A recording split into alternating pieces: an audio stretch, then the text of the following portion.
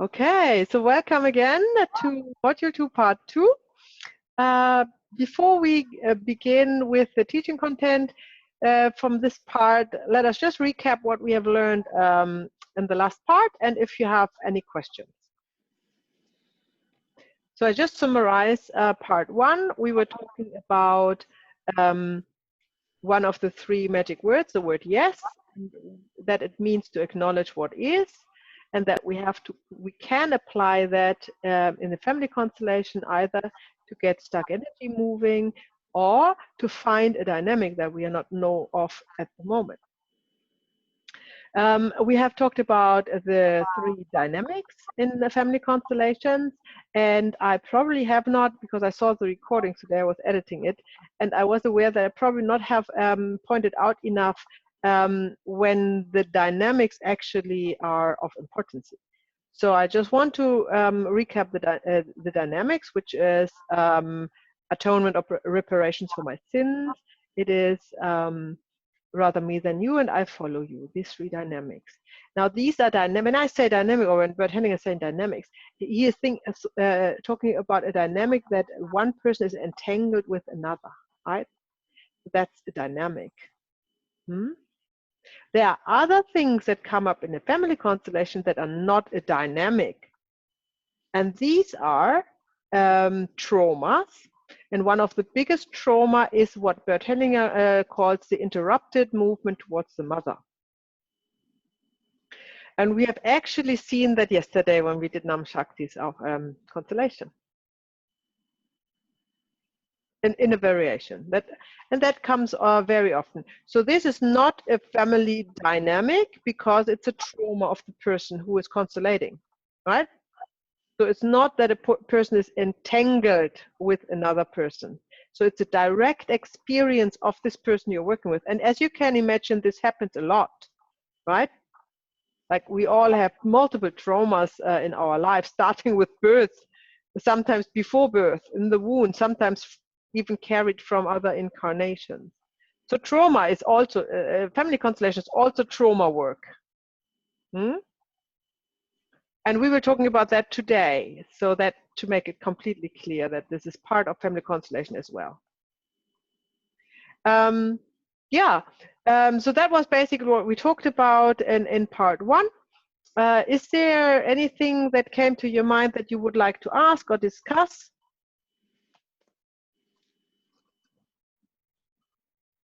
Was it all super clear? Yeah. Okay. Super. Thank you for the thumbs up. Also, I'm very happy if I get feedback just quickly if the speed is okay, the amount of teaching content, the you know how it is presented and everything else. Thank you. That's important because, as you know, you are the first trainees of this program, and I'm very grateful for feedback. Yeah. Okay. And also, obviously, constructive criticism is very helpful, right? If something comes up which you think I could improve, please point that out. Yeah. Okay, I'm very glad that actually the technique is kind of working. Even if they just throw me out, I'm able to rejoin you and record everything. So I'm quite happy that this is actually happening. And the screen sharing works so far as well. So we go right into it again, and I will share the slides with you.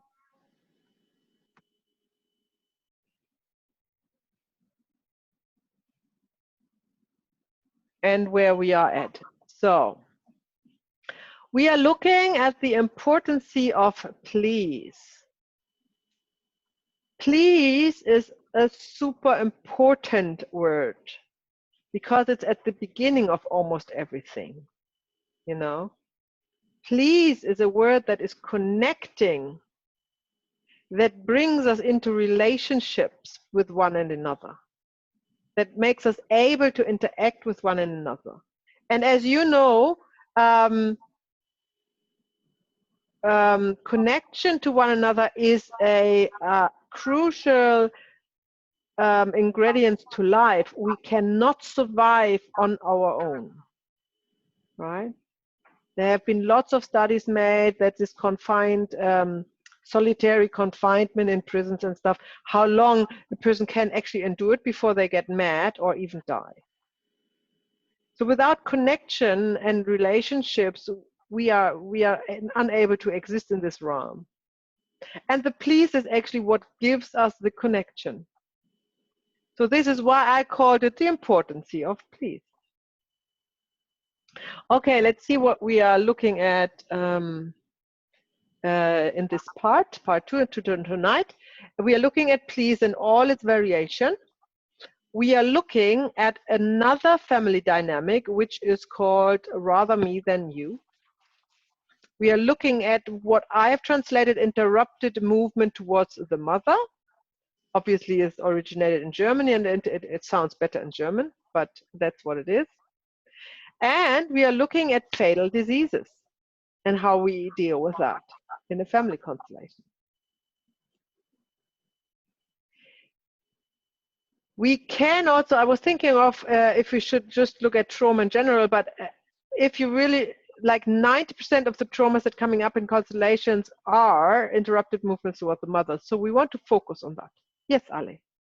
Just I want to know, it's super normal and everyone has to pass for in a specific moment or in some moment of the life for the interrupted movement, because I know it's super normal, but everyone?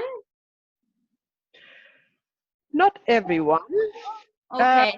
Not everyone. It's not everyone needs to go through it, but a lot of people, and you will see when we talk about that in greater detail. But I wouldn't say everyone. That's exaggerated. Okay. Okay. So let's talk about please. This simple word. The sentence of resolution when you apply please is, first of all, to apply please is always humble and it's always good. Yeah.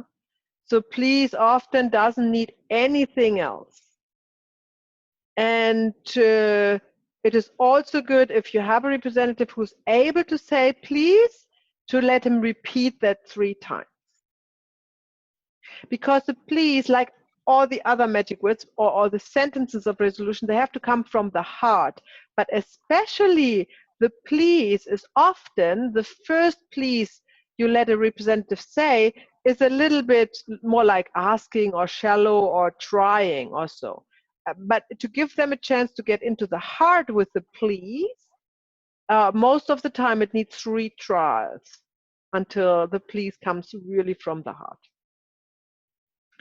So you could say, please bless me if I stay. You can let a representative say that. That's another word of saying please. I need you. We had that yesterday, is also a please. It means please give me nourishment. Please give me shelter. Please give me love. Give me security. And there's another way to say please is look at me. Because you want to get into a relationship.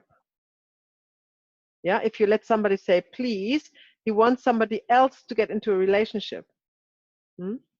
Now, remember I said yesterday, don't let anybody say a word if somebody's not looking at them, right? Because they are not related. But this is the example, exemption, I mean, where you can try it if the please towards a person that's supposed to look at you, but it doesn't, turns around. So you can try that there.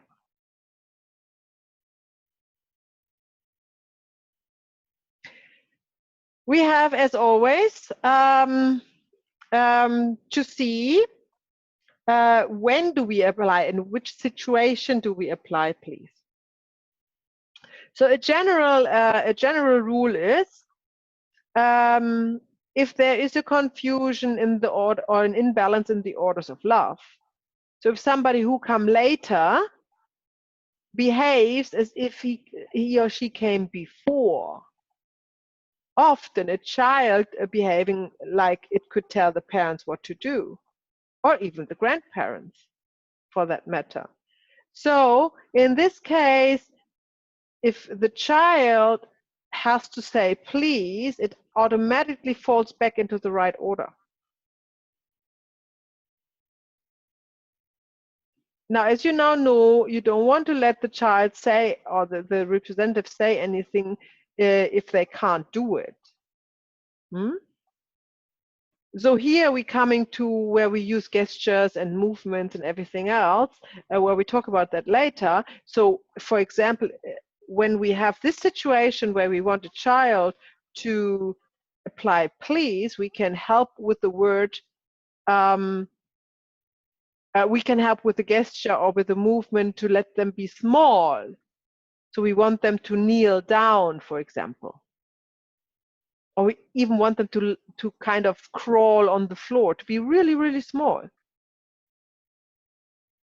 To make sure that the representative, that it sinks in the soul of the person he or she is representing, that they are later, that they are the child, that they are coming later, regardless how old they are. And that works very well together with the please. So if there's somebody standing tall, probably even a big bloke, much taller than the representative of the mother or the father, it's often kind of impossible to say please. But then if they sit down or go on the knees or go smaller, then they can look up and then they can say please. So you got to try things to achieve what you want to achieve without ever pushing. It's all optional. So if somebody doesn't want to go on their knees, they don't want to go on their knees, then you find another way. Or you break it up at one stage, because obviously the time is not ripe, or time is not, it's not the right time to do that. The other one is if the heart connection is lost or broken. Yeah. Well, if you, for example, think of a relationship that is still, not over. So before, so there was the yes, and then comes the please, and then comes the thank you, as we know.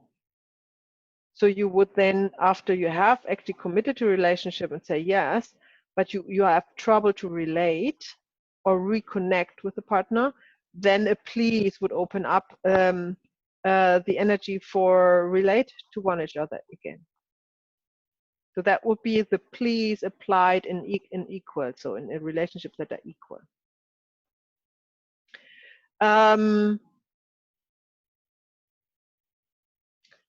When do you apply please? It's also if a child despises a parent,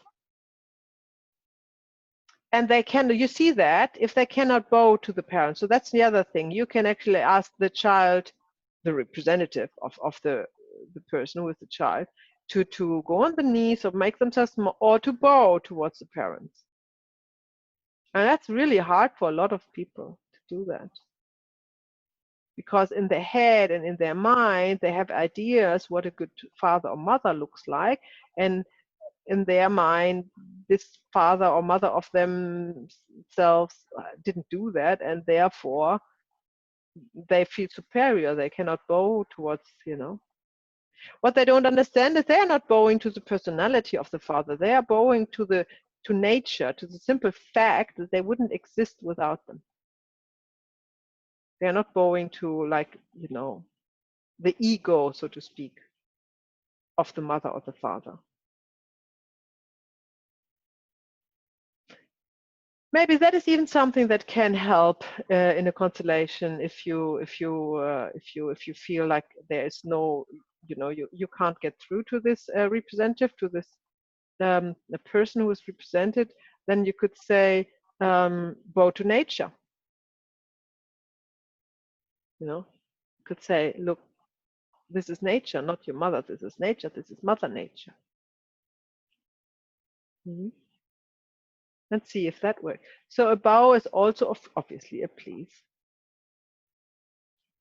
Then the little please, which often is the last resort to get a constellation moving, is to say, okay, the representative cannot say please let's rephrase it. The representative cannot say please just yet, right? So you add the element of time and possibility that that might take place later. And then you let them say, please give me some time.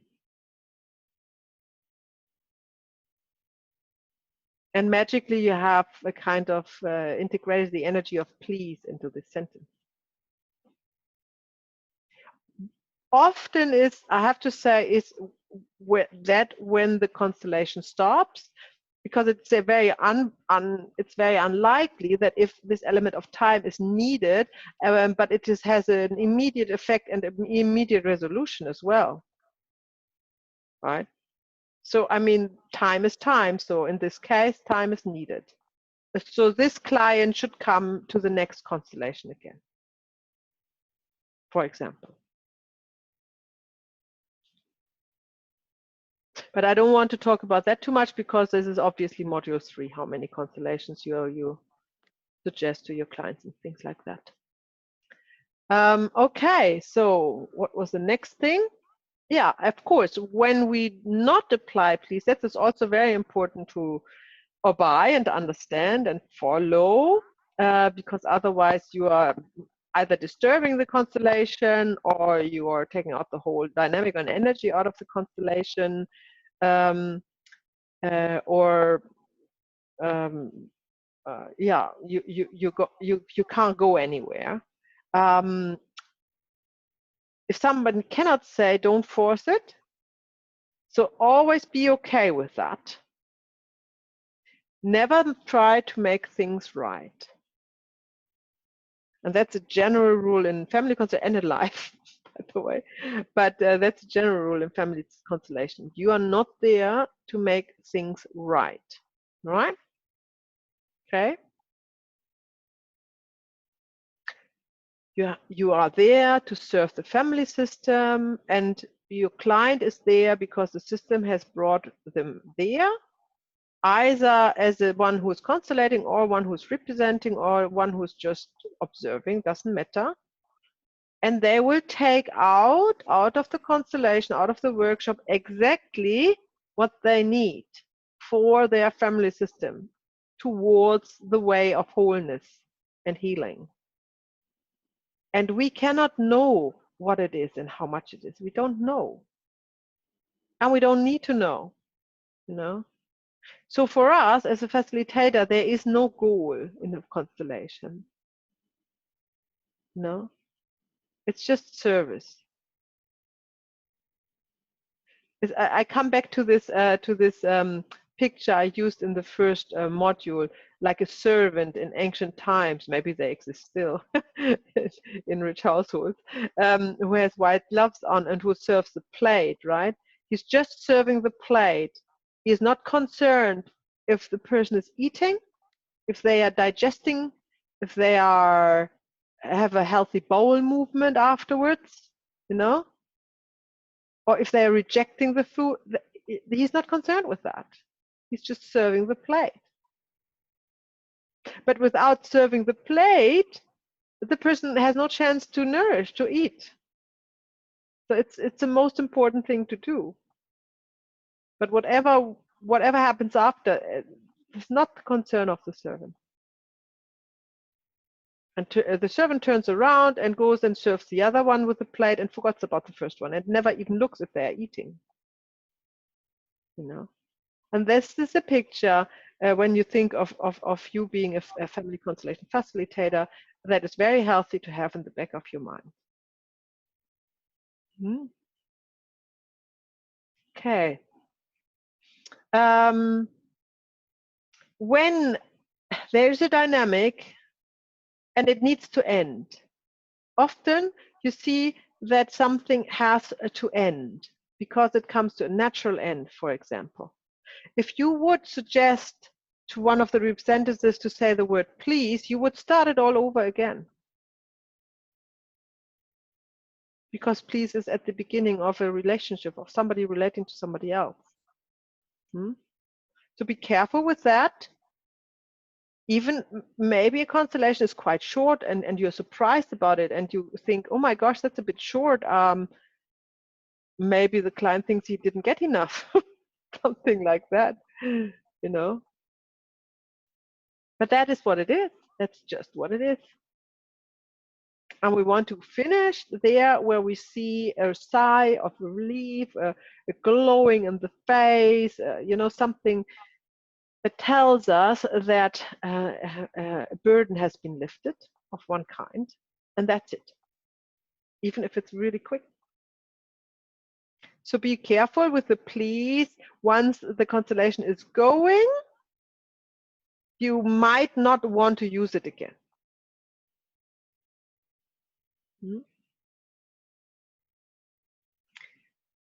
Okay, what else?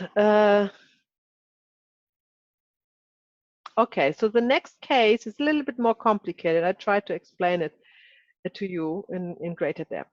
So in some constellations, and that is an entanglement, the child is relating to somebody because it is entangled with a former partner of a parent. So let's make an example.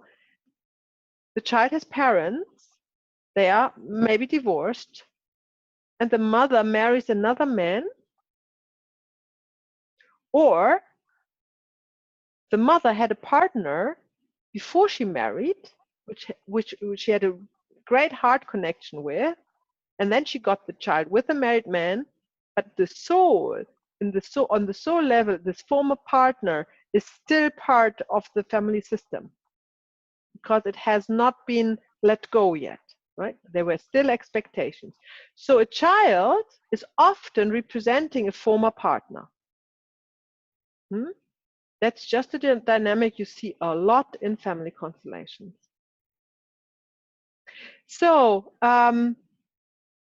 if you look at these family constellations and you feel that between the partners, like the former partner and the new partner, or the former partner and the wife, or something like that, there needs to be a please applied. It is sometimes very confusing because the child wants to say the please, and you might think there's the dynamic, but it's not. It's an entanglement. So the entangled person never says please, right? Because the entangled person would create a relationship. Okay? Hang on. I just get a message from Kate. She's not there. Oh gosh, she's in another room again. We did that yesterday. Let me just text her.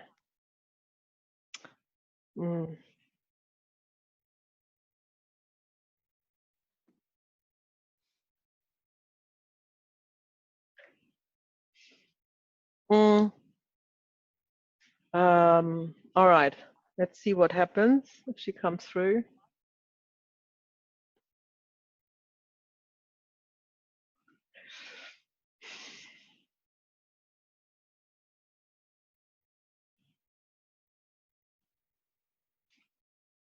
Okay, so remember, the please is creating a relationship. The entangled person should be released from a perceived relationship, right? So you don't let this person say the please when the person that she's entangled with can and should say the please. Yeah?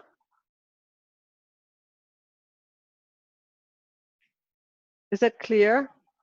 Sounds a little bit complicated. It's not so complicated when you see it. And I would point that out when it comes up in one of our training constellations. However, if you want the person, not that she is entangled with, that would be the former partner. If you want, like, the person who should look at the former partner, like your mother, you know, wants to look, the child can say to the mother, please look at him, please look at her. Yeah, because the relationship is there to the mother. We don't need to worry about that. Yeah, but it cannot say to the entangled person, please look at my mother, you know. Well, at least you wouldn't want that. To create and establish a firmer a relationship with the entangled person. You want to relieve them from the entanglements. That's actually the goal, right? So that's what I just put down there. And now I have to. So Maya, You're muted. in an entanglement, so you want to disconnect the entanglement, yes? Not to connect with please. Correct. Correct. That's what you do. That's what heals. Because the entanglement is a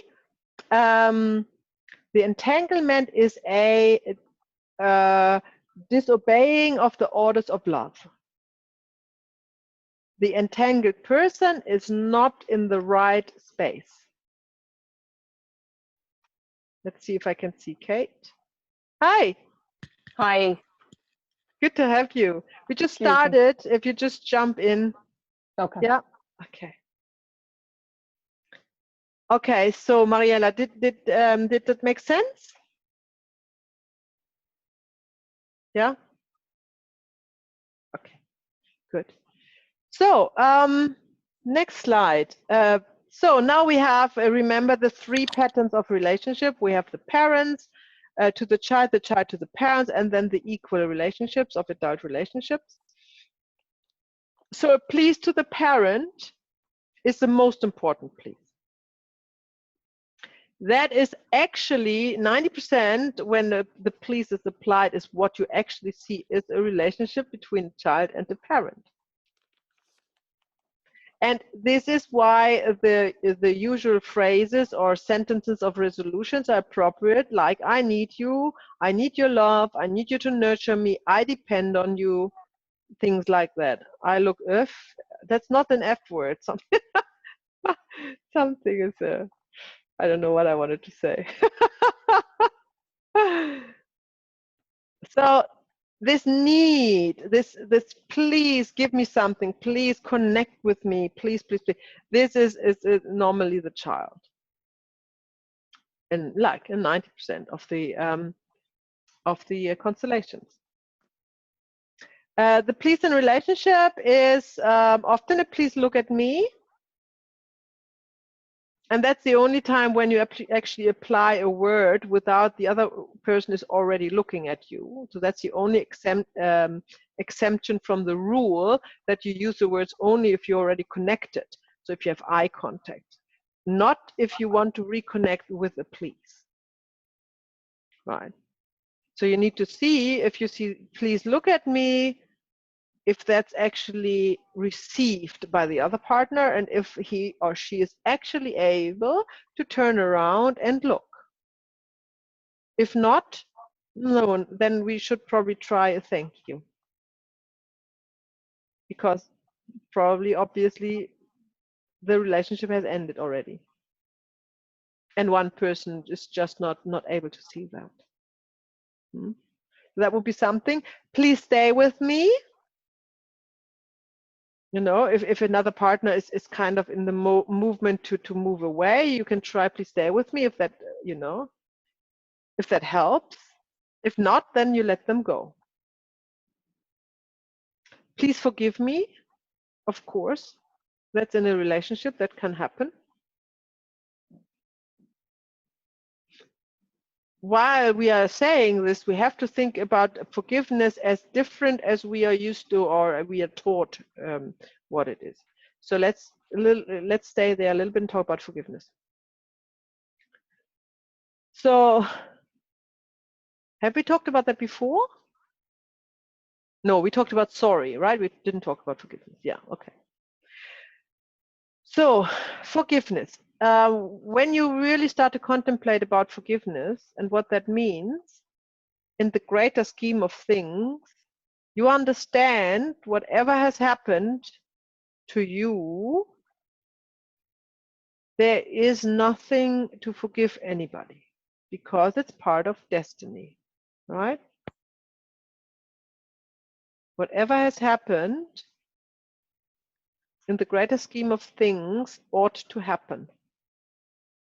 And the other one, who supposedly did something bad to you, maybe gave you a gift, which you would later in life probably unwrap and find. That's very often the case. So this is why forgiving is, not necessarily something you need to apply.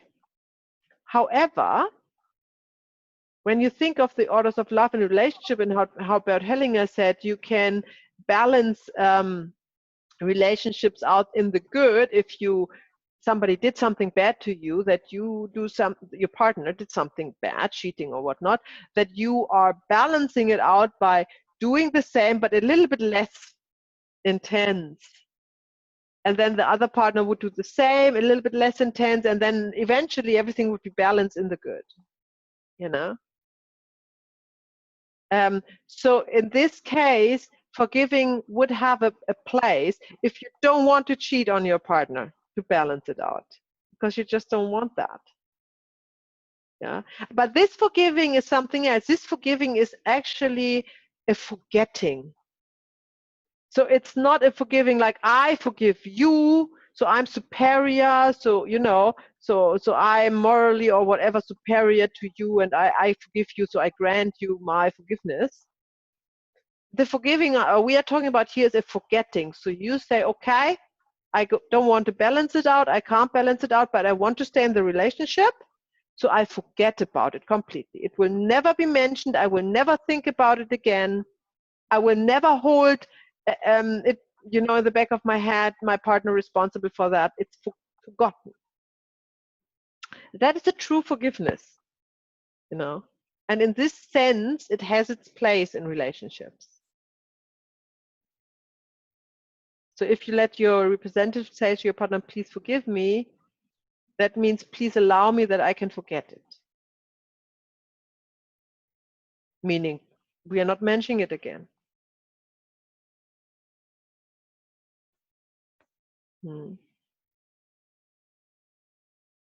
Okay. And then there is another piece which is very, very, very powerful in relationship with mutual children. Very powerful. If the relationship, because through the children, the partners are always bound to each other. That's natural. That's nature. That's how life is. So you can acknowledging, like the yes sentence we had was, through our children we are always what did I say? To our children we are always what I forgot what I said. Anyhow, do you remember?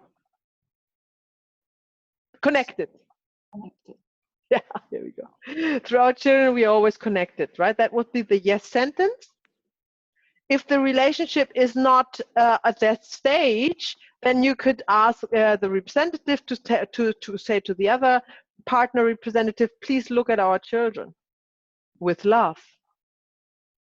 And through the children, then find the way to say, through our children, we are always connected.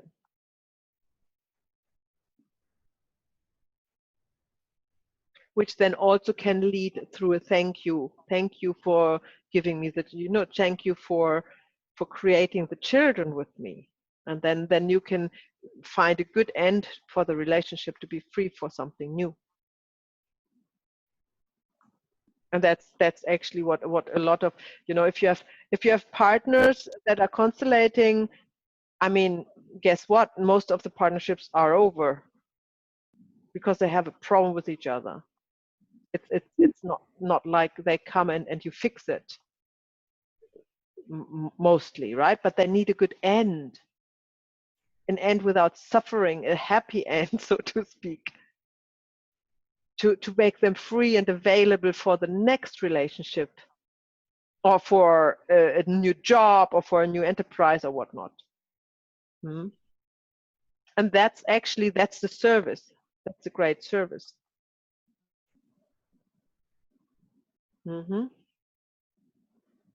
Okay.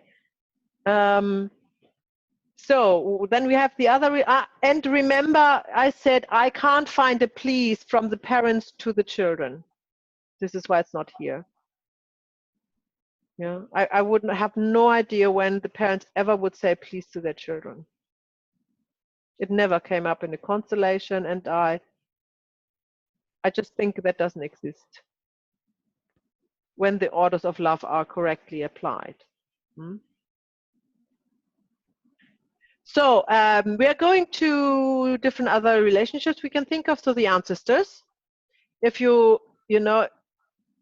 remember, you have either reconciliation or honor and respect that you want to achieve with the words.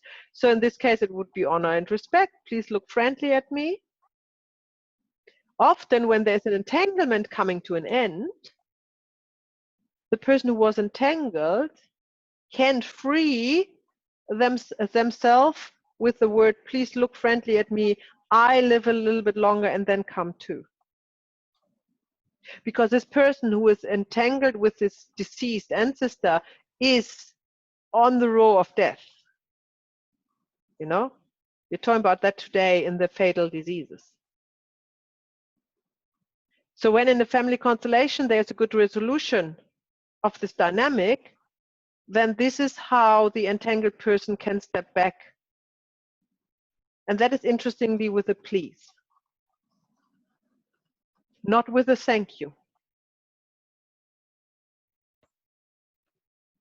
Right? So please look friendly at me, I live a little bit longer, and then I come to. That would be the way. In relationship to God, is there a please? That's the question.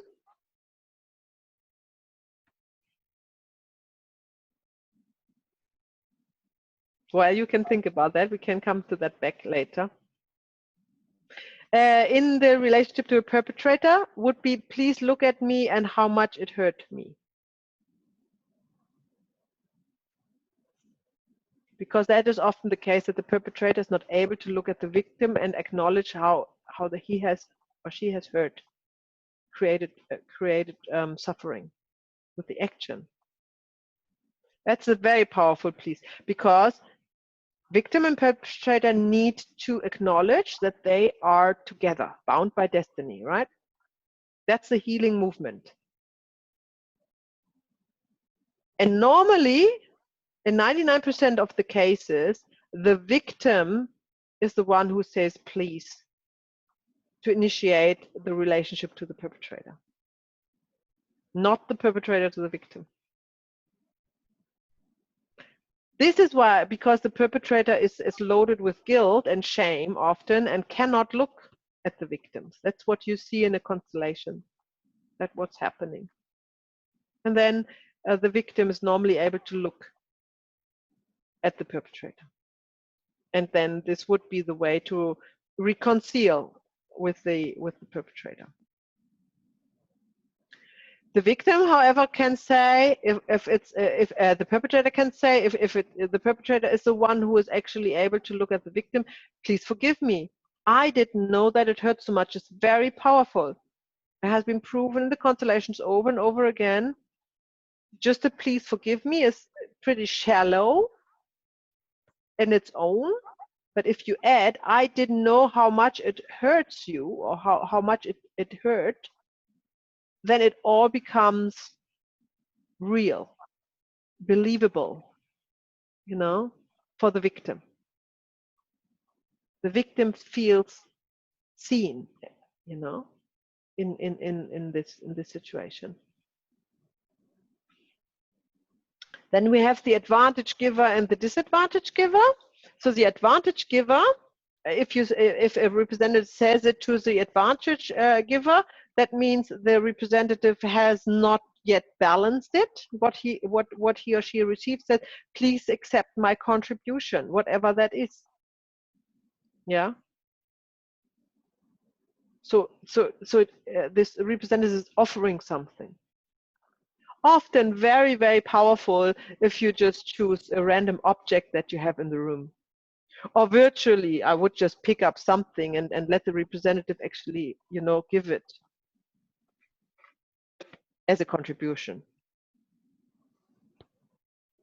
Or just let it come from the heart. Just please accept my you know, whatever, my thank you, from my deep thank you from my heart for what you gave me. So there's a please to reconcile with the advantage giver. And then the disadvantage giver, I couldn't think of any please, interestingly. So it's another mystery, if that is even possible.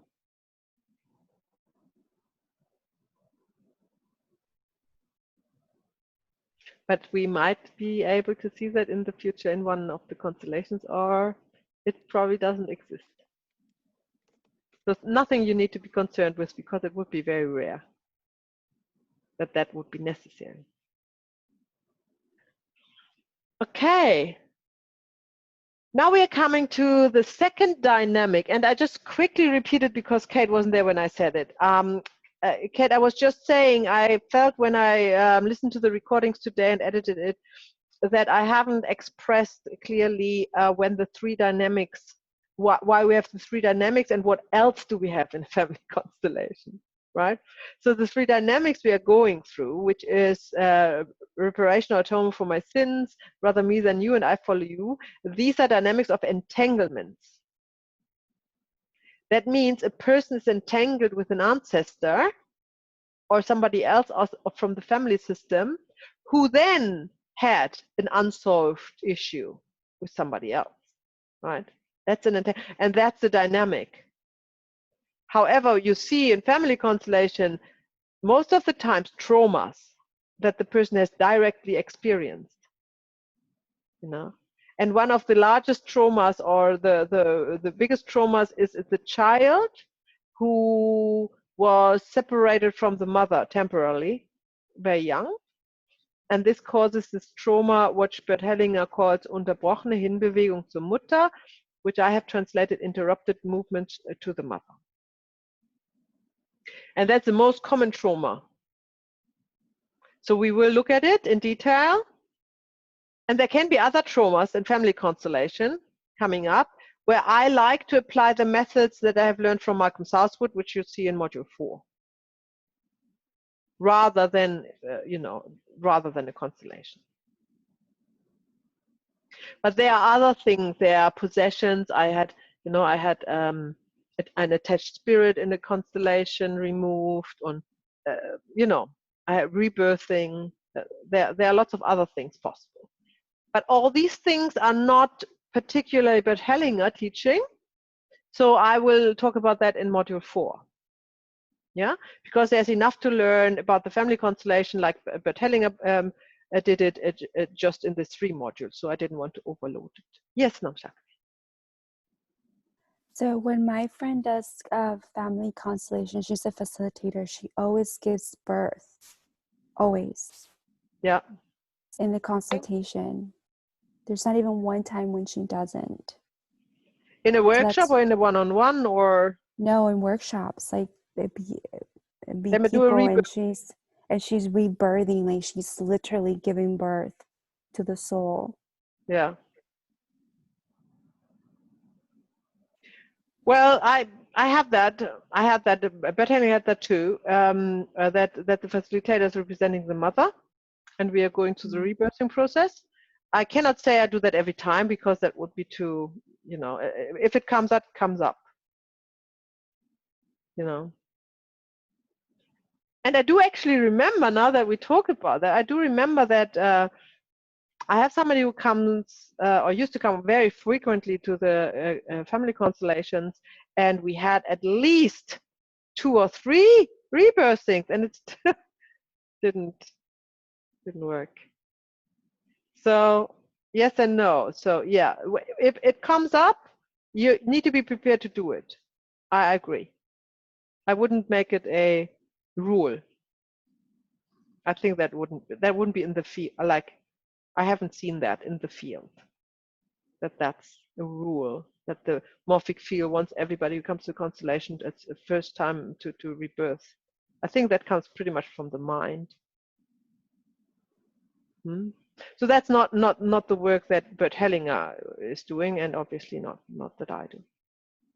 Hmm? Okay. Yeah, go ahead. So what about the appearances of angels and stuff like that? Yeah, explain. Like I seen that I seen where like they'll stand, like someone will come and stand like on the back, and you can tell they're going like this. You can tell it's like an angel, and the facilitator will say that it's an angel in the room, and the person who's going like this feels like they're the angel. Okay, I didn't want to go there but it's very detailed, but I will mention it now that you say it. This movement has coming up in family constellation has called by Bert Hellinger not angel but angel maker. This is a movement of the persons who have done abortions professionally before it was legal. That's what Bert Hellinger says. Yeah. Yeah. That's all I can say. And it's very drastic, and I don't think that will come up the first years when you work. Other than that, I haven't seen it. I haven't seen it. I don't think that angels want to relate with us on this realm, but that's another story. Okay. Where are we?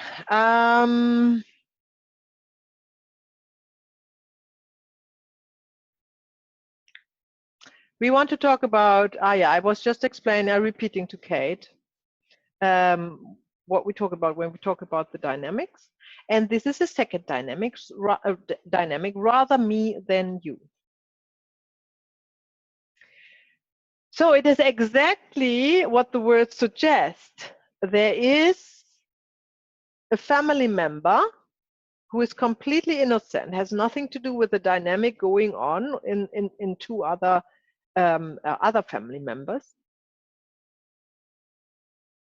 But from a deep love to one of which is normally the victim, the deep love to one of the family members says, no, I do that, not you. So I do that for you.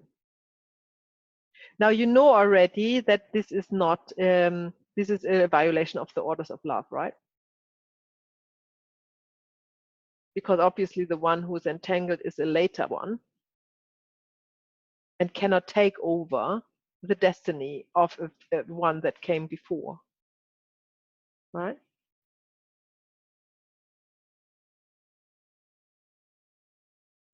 And this rather me than you is very common. So it's the second dynamic that you see of entanglements. Example is, for example, there is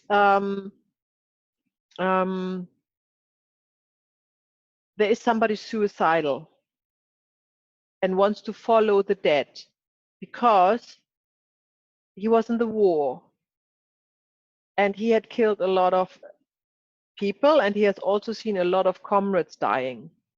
Yeah? And there's a strong pull in this situation of the one who has survived to follow and just go there, right? And that's actually the third dynamic. I follow you. So we're coming to that tomorrow. But not talking about that. I'm talking about the other person, a descendant, a child, mainly, most of the time a grandchild, is entangled with this person. And now this grandchild is very ill, for example, or suicidal, often suicidal, or has an accident which is almost fatal, something like that. It is not it originated anything in the own life of this person. It is this entanglement to this ancestor who wants to follow the dead from the war. And this person is so entangled through a deep love that it says internally, rather I die than you, although this person has maybe died already. it's not logical, right? It's a soul movement. But also this person might be still alive. So then this entangled person is in the dynamic to follow this path and wants to do it for this other person, which is obviously a breach of the order of love. So what are we doing then? First of all, how do you see this dynamic? You see this dynamic in the family constellation when, let's make it easy, you have three representatives. One is the victim, one is the perpetrator, and the third one is the entangled person. And you see that when the perpetrator cannot look at the victim, but the third person looks at the victim, you know, and wants to follow and wants to lay down with them.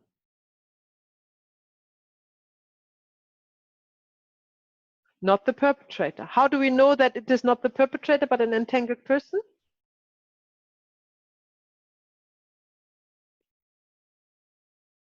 Because the perpetrator can't look at them? Yes, very good. Yes.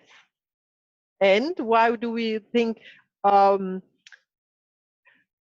okay, we talk about that when we talk about gestures, but I give it away. You always see the energy of violence in the body language as well. So the one who's entangled would not show that so much. No. But this perpetrator would probably look away and would have the fist like this, or more subtle, or shaking, or something. So it would clearly be like this violent energy would be in around him, this aura of violence, but not in the entangled person. But the entangled person wants to go to the victim. Yeah. And that is a rather me than you dynamic. And this comes all the time. So you really have to study that and be aware when this comes up that you are working with the entangled person. So the entangled person is not going to the victims, but the one who belongs there, the perpetrator.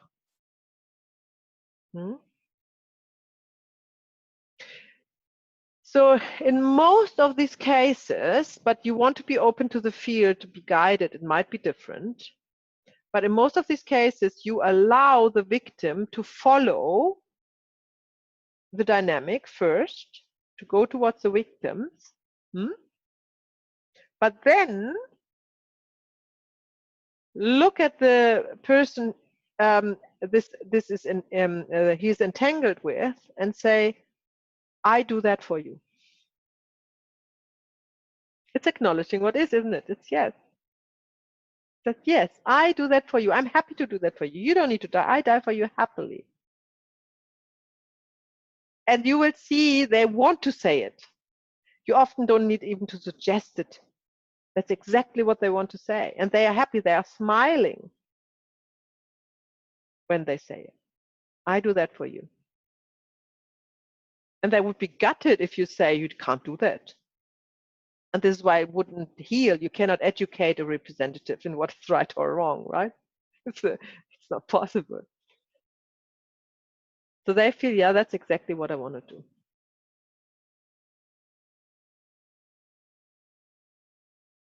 And then you let that sink. Because remember, when you use the magic word, which would be a yes in this case, acknowledging what is, saying, I do that for you, I'm happy to do that for you. You let that sink. You let the movement start to come through the morphic field. You can also amplify it and say, repeat it. And repeat it with more verve, with more, I'm happy to do it for you. I really want to do it. I want to die for you. I want to die for you out of love. I love you so much. I want to die for you. You can really let that really become very obvious, the dynamic, until the perpetrator is feeling something and feeling, no, I don't want that. You will hear that. There will come a point because the family system is there and sends you there to help to get the order back, right? So the perpetrator will, without fail, at one point in the constellation say, I don't want that. It's not your business. No? And at that point, the one who is entangled with the dynamic rather me than you gets up. You know? Or you suggest to get up, and it will be easy for this person to get up and leave the victims. Because now the perpetrator is actually able to relate to them. And the moment you said, no, no, I don't want that you do that, he's taking over responsibility. And then you can work with the victim perpetrator dynamic like you learned it. You know, the victim can say to them, to the perpetrator, please look at me. And then the perpetrator can probably say, I didn't know it hurt so much. I'm so sorry. No? So you work with that. And then the entangled person, as soon as they start to reconcile, the entangled person will step back naturally, because job done. Yeah. And then you see when victim perpetrator energy comes to an end when they are together. They are literally lying next to each other. And then the entangled person is free. And then it's actually very appropriate for the victim and for the perpetrator to say thank you to the person who was entangled, because this person enabled them to find each other, right? So this person was in great service, and normally in the family soul sends this one person to do the job who has the most love for all of them, the most love. You know? And this is the wonderful work, because you get the clients who are sent by the family system. You can be assured that they are the most, they are carrying the most love for the whole family, because that's why they are there. So this group is always wonderful, full of love. Okay, so do you understand the dynamic rather me than you?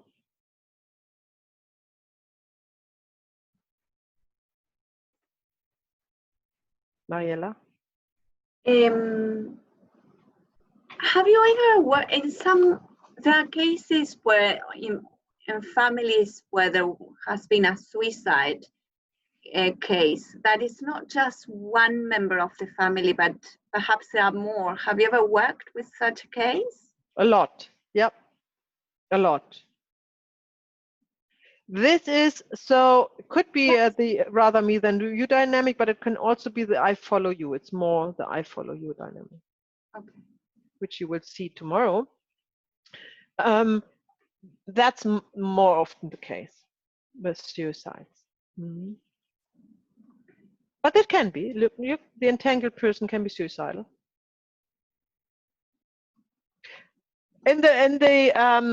So the way you know it, what dynamic you have, if somebody's like, if you're thinking your client is talking to you about a suicide, right? So he says, "Oh, I really often think I want to kill myself," and then you can ask, are other members of your family thinking the same? And they said, "Yeah, my dad was the same, and then my grandfather did actually suicide," and things like that. Then you know you have the I follow you dynamic, right? But if it says, no, I don't think it's common in my family, then you might have the rather me than you dynamic. I'm asking because I understand on one side of my family, generations up, there were suicide cases. Not that I am aware at present, but one of my great-grandmothers, my grandmother tried to, and her brother committed suicide. Okay. So that's 3 of them. So that would be something we can look up by the end of today's module. Would be a good fit if you want to. Yeah. Mm-hmm. Mm-hmm. Thank you. Okay, so how about would you like to repeat the dynamic, how you see the rather me than you dynamic in your own words, so you know if you have understood it correctly? Is that something, or you want me just to go ahead?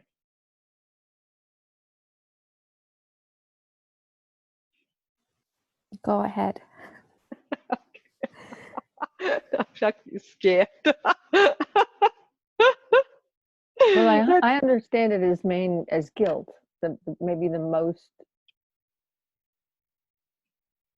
well, and generally with murder.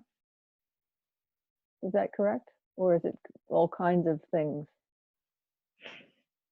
Okay, so that's not a dynamic. You mean why? What the emotions? What perpetrators have? Murderers. What has happened that what has actually happened in the past or previous ancestors or something like that? Or is it We just don't need to anything know where that. you're feeling you're entangled with somebody? Could Yeah, it be? we don't also- need. We Okay. don't need to know if that's actually guilty or not. Remember, guilt is a subjective thing regarding your personal and your family conscience, Your culture, right? culture thing, you know. Yeah. So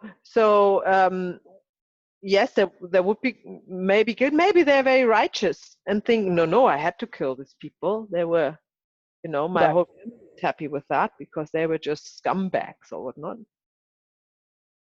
You know. They still could be entangled. Yeah, you still could be a descendant of this person. It could be entangled. Yeah, absolutely. Okay. Absolutely. Yeah, yeah. No, guilt is not a prerequisite for an entanglement. Is that what you say? I was just thinking that just to reiterate what you were saying, it seemed to me that was the most. That's where I guess I was hearing it. That's all. So I'm glad Okay. I've asked. Good. Yeah. Hmm. That brings me to another principle of family constellation. I might have said that, and I will say that a lot. Is don't be drawn into any kind of stories what your client is telling you, or the emotions, you know. When a client sits there and think, oh, I had a grandfather he was guilty of, or things like that, you know. This is cannot be, it's not of our interest. We only want to find the dynamics. Right. We And it don't need to doesn't know. matter at all what the circumstances are, really. Right. Never. It never matters.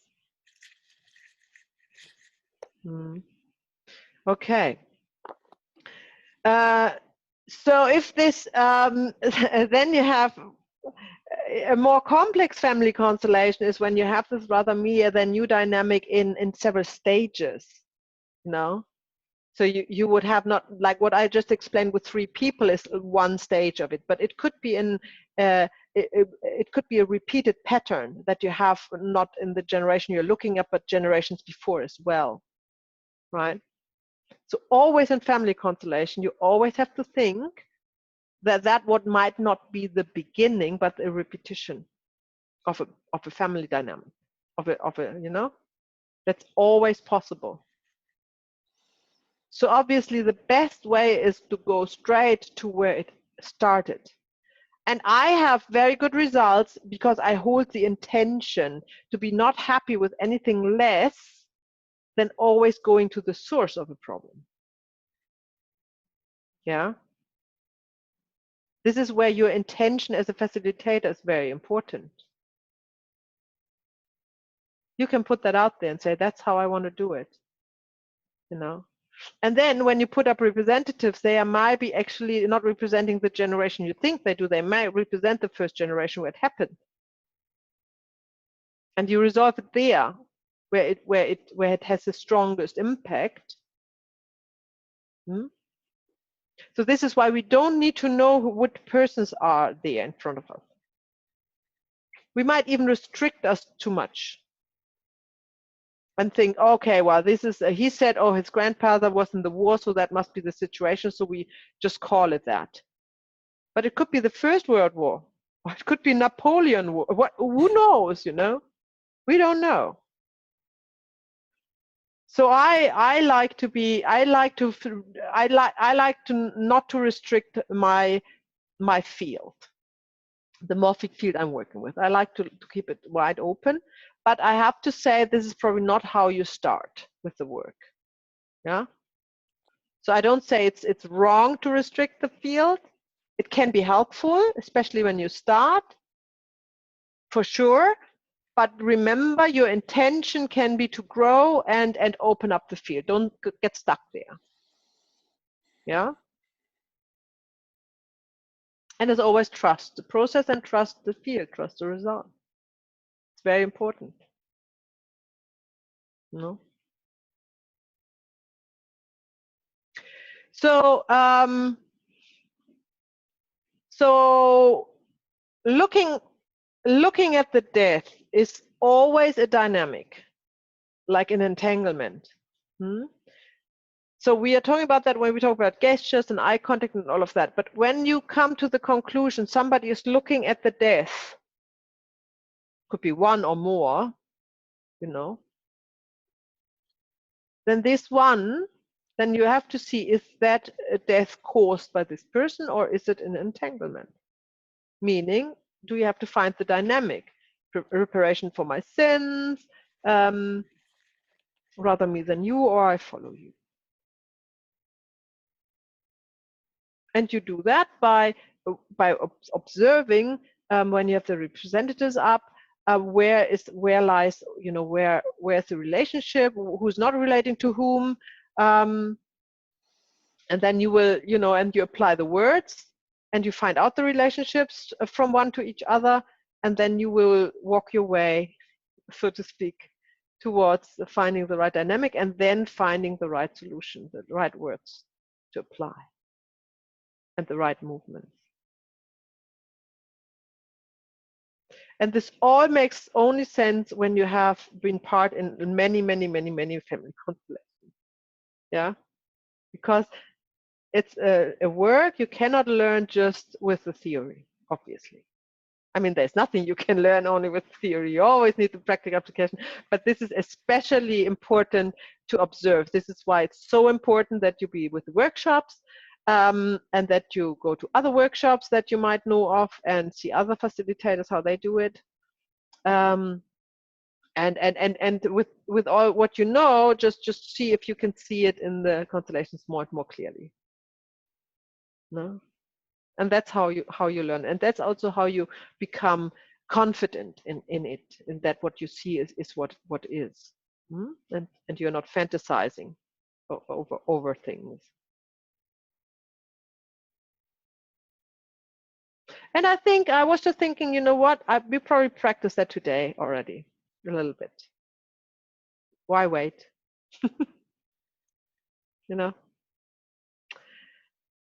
Okay. Often eating disorders, I rather go than you, with a good personal consciousness, conscience, is a rather me than you dynamic. So that is the dynamic. If a client comes to you and says, "Oh, my daughter has an eating disorder, it's bulimic or anorexia or something like that," that can be either I follow you, or rather me than you, or preparations for my sins. So you have to see what of the three dynamics is going on here. Because clearly, this person who has this eating disorder, often a child or a young child, a teenager, hasn't done anything in their life to, to atone for any sins, right? There must be an entanglement with another person who is looking at the death without acknowledging it. And then you could ask your client, is this some common thing in your family system? And if they say, yeah, it's quite common, then you start with the I follow you dynamic. And if they say, no, that's not common, I don't think so, then you start with the you're rather me than you dynamic and see, if you're right.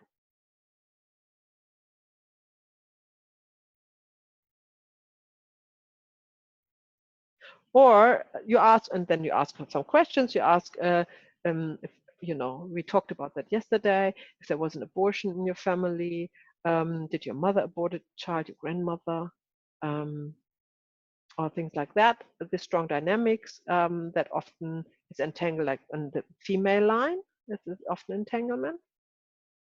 And then you would have a preparation for my sins dynamic. Yes, Namsha. Miscarriages, would that be considered abortions? No, no, it's miscarriages. Yeah, but it's also dynamic. It's also when this appears in a family constellation, it's more in the orders of love. Somebody is missing, like in the rows of the siblings. When there was miscarriages, they are normally not acknowledged by the family.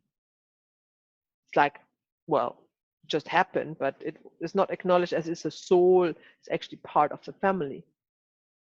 And then there would be, for example, if you are in a row, standing in a row of siblings, and there is conflicts, or the siblings feel that there's somebody missing, then that's often the case. More than an abortion, it's more a miscarriage.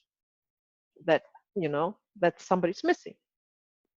And everybody's relieved when you put another representative into the row of siblings, and then you ask everybody, like you put like a sibling, let's say at the last, you know, after the last sibling, the representative for the miscarriage, for the missing child, and then you would ask everybody, does this feel better? And they would say no.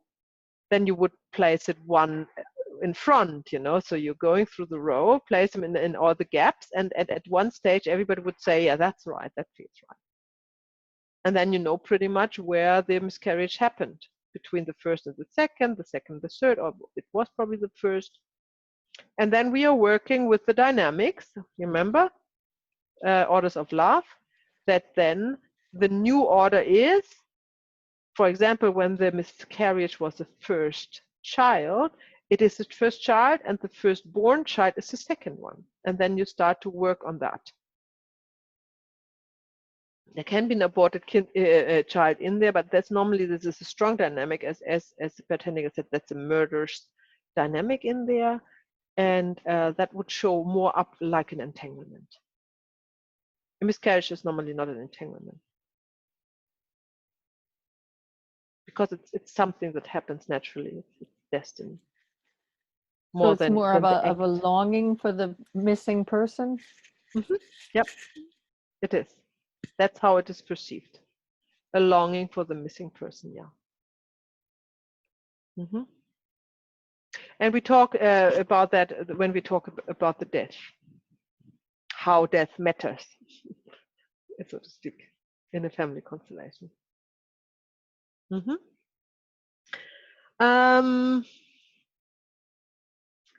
Rather me than you, anger towards one parent. This can also be a rather me than you dynamic. This is when, for example, the child is entangled with the father, and the father's angry towards the mother.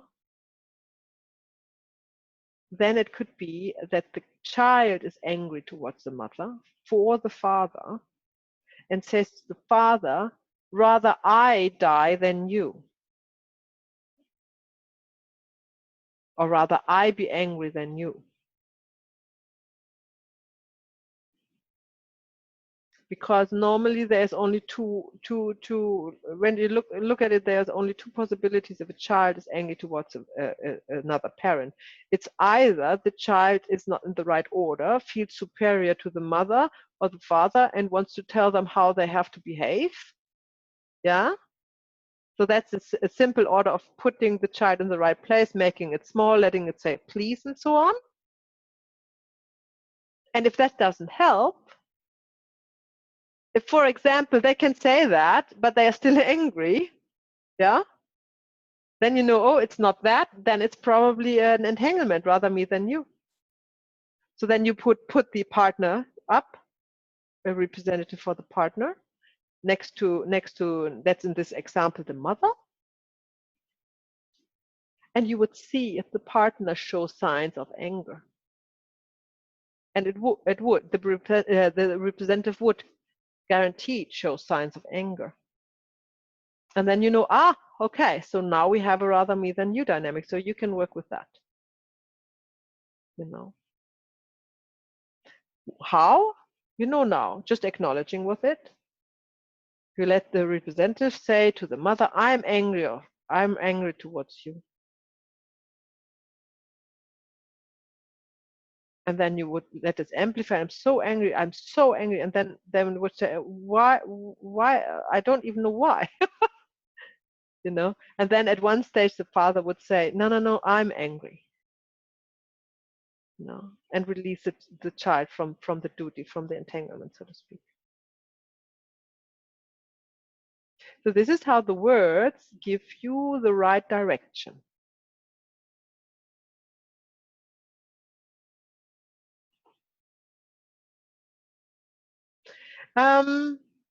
Strong emotions taken over by someone else. It is also rather me than you. That's pretty much what I just said, the anger situation. When you have a representative showing strong emotions, but there is no way that that is for real, you know, that there is no reason why this anger, you know, would be towards this person. For example, if you see a victim perpetrator dynamic and somebody's angry towards the victim, I mean, that's no point. Why would that be? So you have to look for the dynamic there, for who is this person entangled with? Where is the anger coming from? And often, and that is the beauty about family constellations, you just choose another person guided by the field to put it into the scene and observe this representative. And in 9 out of 10 cases, you would have found the origin of the anger. No, because the field would guide you towards it, and you can work where the real dynamic lies, and not where the entangled dynamic is, because it wouldn't heal, obviously. So if you work with the people who is expressing the anger, but it's just an entangled person, it wouldn't heal anything, right? Because you need to address it there and heal it there where it actually belongs. And as you know, the entangled person doesn't belong there. It's a breach of the orders of love. So it wouldn't help. Okay. Okay. Let's see. We could have a break, or we just see what's the other one. Let's go ahead with rather me than you.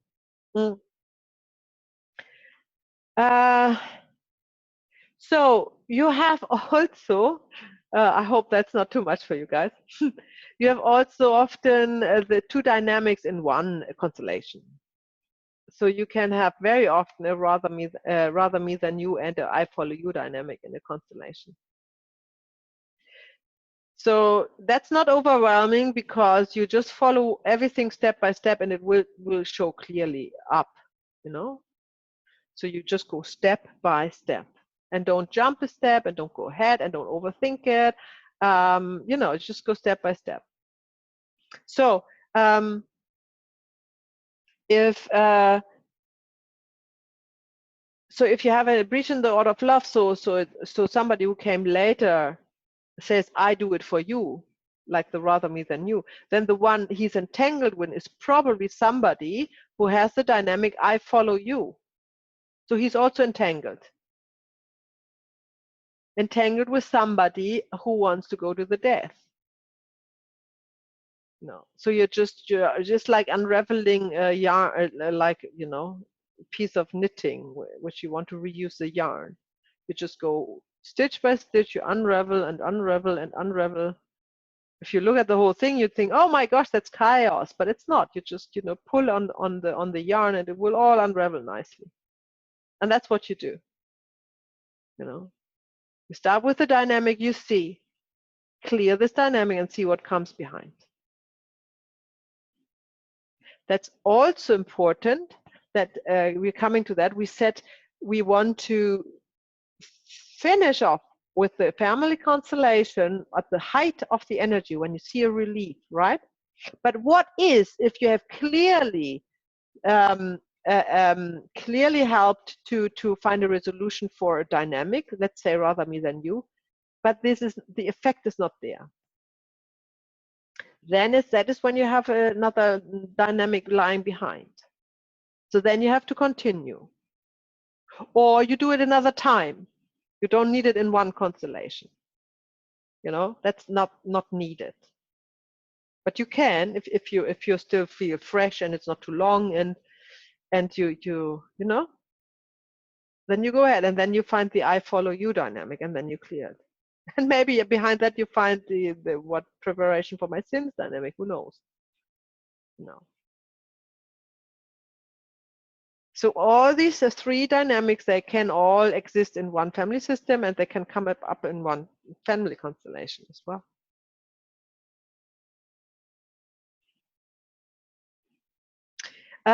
So that's what I wanted to say at that point.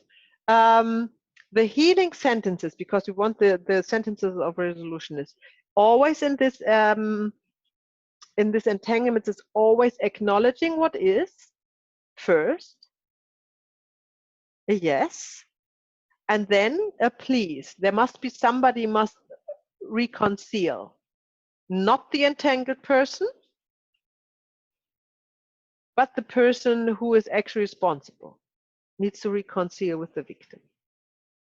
Oh, Siri wants to say something. Sorry. Stop that. You're insane. Did you hear that? What Siri just said? So, where were I?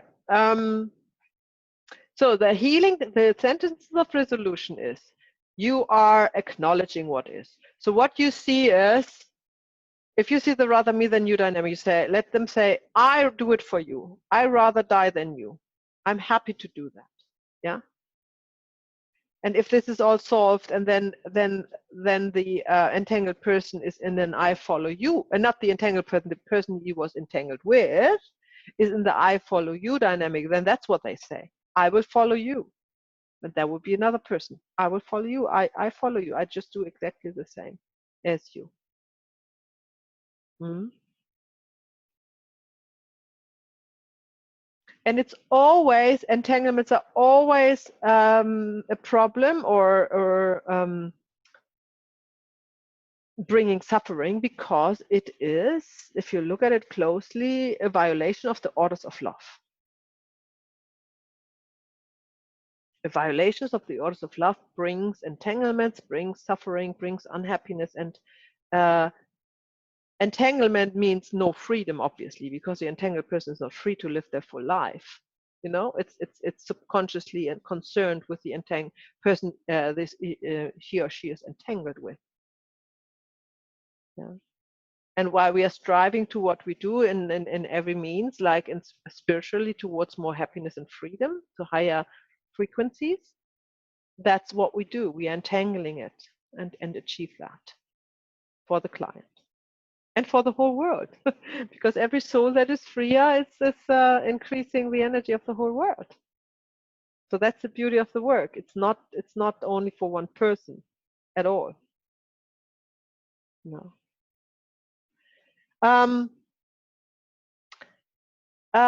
So the other finding what means, the other words that you are applying in the rather me than you dynamic is that the other person, like the person, okay, not the person you're working with who is entangled, but the person is entangled with. If the person you're working with is not able to say anything, remember, it's possible.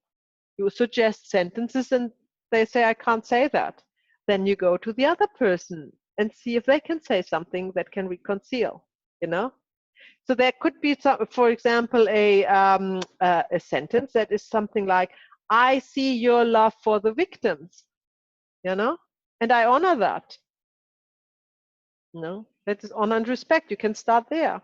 I honor that. I respect that it is your way. You know, that would be then the entangled person saying, I respect that it's your way, not mine, so I can go. Or this entangled person says, now I see it's your fate, not mine. That is the strongest. So that is normally where you see, if the person who was entangled can say that, this is the end of the dynamic.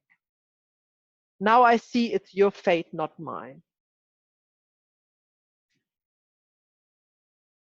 So you would suggest, when you see the reconciliation between the victim and perpetrator, you would suggest to the entangled person you are working with, who would be your client most likely, not necessarily, but most of the time, you would let the representative say, now I see, to the person he was entangled with, now I see it's your fate, not mine.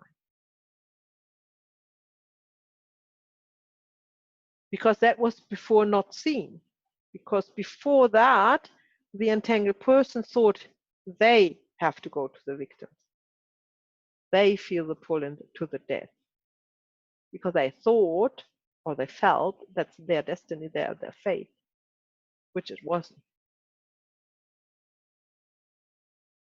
So that's the acknowledging what is, acknowledging that the dynamic is over. So you could also just close the constellation if you see that victim perpetrator have reconciled, and just let the entangled person walk away. Of course, it's also possible, but it is stronger. It is a stronger relief if this person is also allowed to say, now I see it's your fate, not mine. Because words have a strong impact.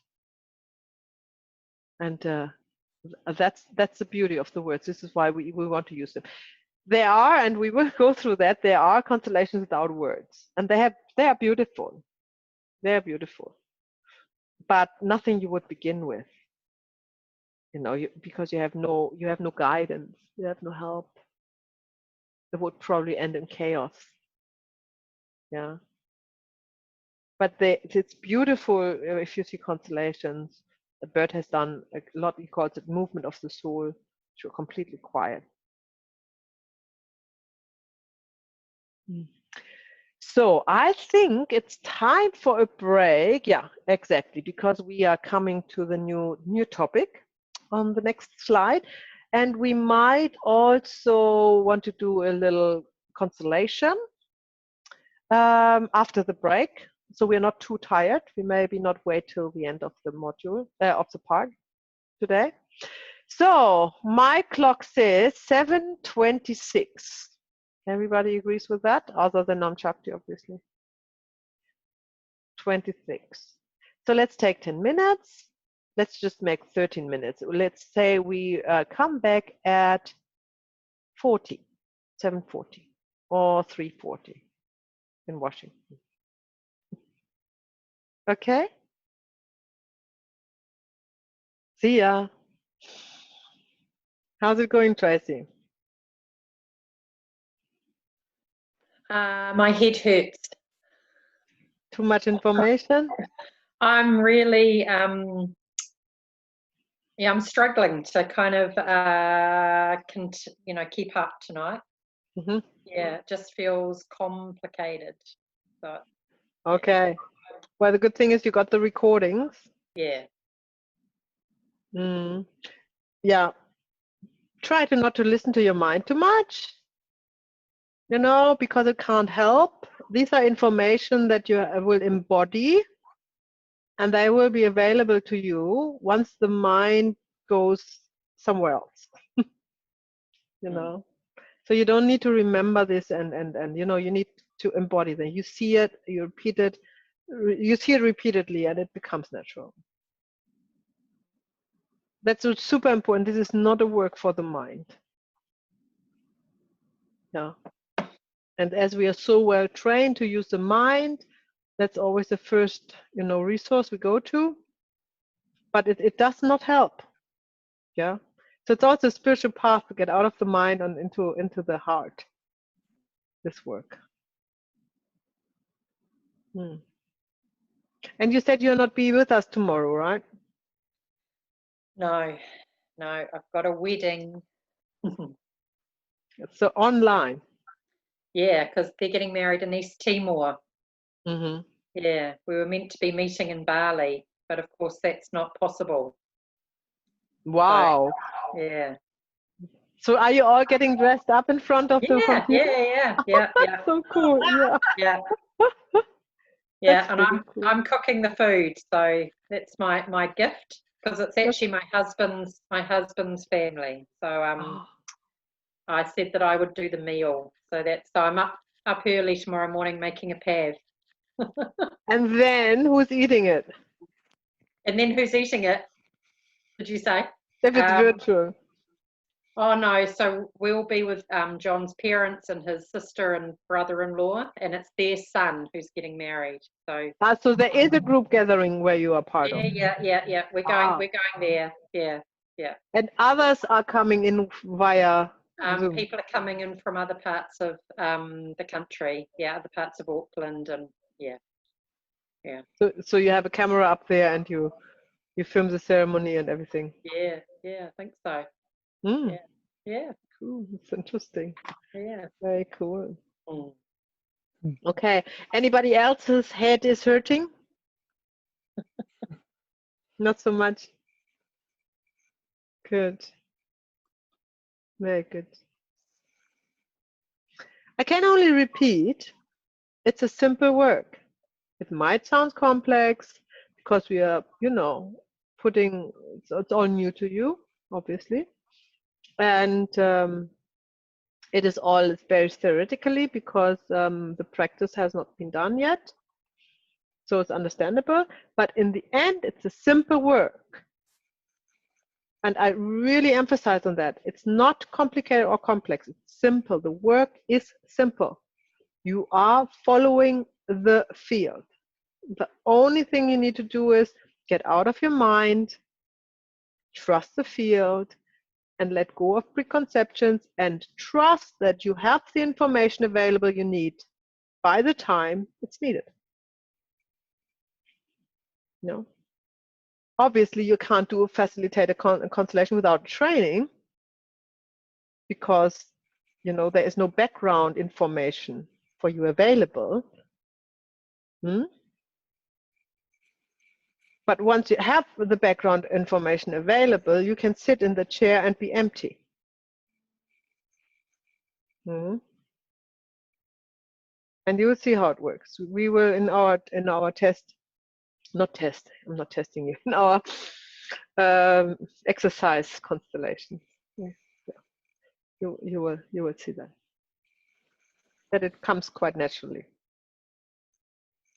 So yes, I was thinking we might do a little constellation now. And see if I'm gonna facilitate that or if somebody of you wants to take it over. Well, we see. We go with the feel. There was something somewhat I forgot about it. Somebody mentioned something we might look at. What was it? Mariela, what was it?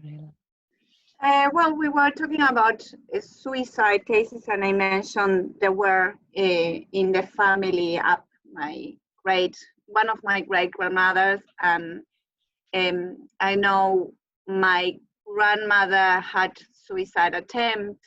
She didn't commit suicide, but she had attempts, and her only brother committed suicide. So two effectively did, and then one had attempted. Okay, so can you repeat that? So who, the grandmother attempt? Yeah. The mother? Her mother committed suicide and her only brother. So the great-grandmother committed? Yes, great-grandmother. The great-grandmother committed, the grandmother tried? Yes. And her brother tried as well? No, her brother actually committed suicide. And she tried as well? Yes. And what age was your great-grandmother when she committed suicide? I actually don't have that information, but I understand it was on New Year's Day. Mm-hmm. So should I mention, these are people I never met, yes? I only met my grandmother. Sure. The story goes, as I know it, as it came to me, mm-hmm. My great-grandmother met my great-grandfather during the First World War, and they were enemies, sort of speaking. He was German in the French colony within the Ottoman in Turkey. So the Ottoman Empire, and these Germans were kind of forced to live into these French houses. Yeah. So he was a guest who was not a guest, who was an imposed guest in the family.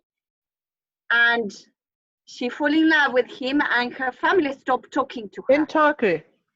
In Turkey. Okay. So was she Turkish? No, well, yes and no. At the time, she had actually a French passport, or was a French citizen, but not in France, in Turkey. At the time, that was the case in some places.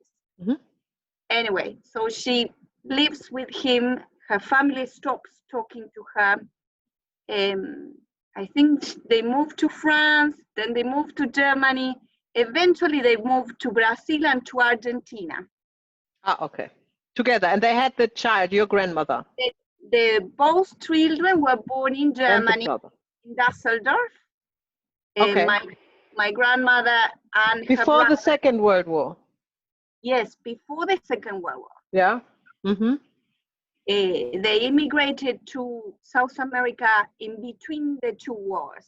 Okay. So that's my understanding, anyway. With the two children? With the two children. My grandmother was a teenager, 13, 15 years old. I do not know when her mother committed suicide. I don't even know in what country it happened. It's like kind of a taboo. Yes, we never really talk about it much. But the information came that she committed suicide, and her son. So the only brother of my grandmother. How much time was in between that? How old was the son when she committed suicide? But I don't know exactly, but what I know is that he was an adult. He was married and had 4 children to 2 different women. And my grandmother the mother had passed away as well of these children. So my grandmother had to adopt or take these children because they had no parents left. Both were dead. Too many information. So we stay now in this case where it's combined with a family secret, obviously, because you don't have much information about this incident. So, okay, how do we tackle that? Okay, now when you have a client and talking like this, I would forget about everything else and would look at the great-grandmother. That's all. Yeah? However, that's not the easiest way to start. You could also just take a representative for all the people mentioned, which is the great-grandmother, the grandmother, the brother, and what was the 4th person? Would it be the father? Maybe not the father. The great-grandmother, she had 2 children. Is there suicidal in your family or with your children? Is there anything going on? No, but I did read later on that you mentioned about eating disorders. And there was a time when I had a little bit of an eating disorder. Okay. Was it bad?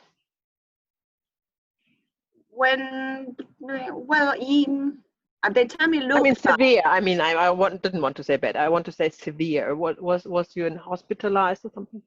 No, not hospitalized, but severe enough that lost a lot of weight, and it was worrying people who loved me. Yeah. Okay.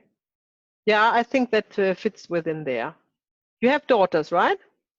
I have a daughter, yes, one daughter. How old is she? She's 12, almost 13. And how is she? She's fine now, but she has her problems. I don't know if you remember, but we actually looked at that I do, faintly, yeah. constellation. Yeah. Yeah. But she's doing better now. Yes. Okay. Right. So, I stay with my, I can only work how I work, you know, it's hard for me to pretend to, even in a training session. So we take the great grandmother, and I just share what I observed, right? Shall we do that? Yeah. It has to be Kate. Yeah. So, and everybody else is connected with the field, obviously. So stay open, stay connected, keep breathing.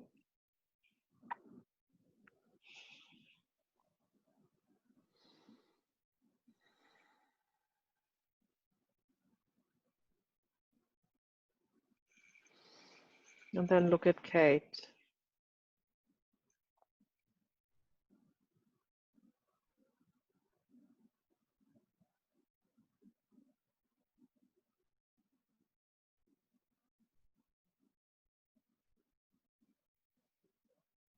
So she's looking down immediately, see?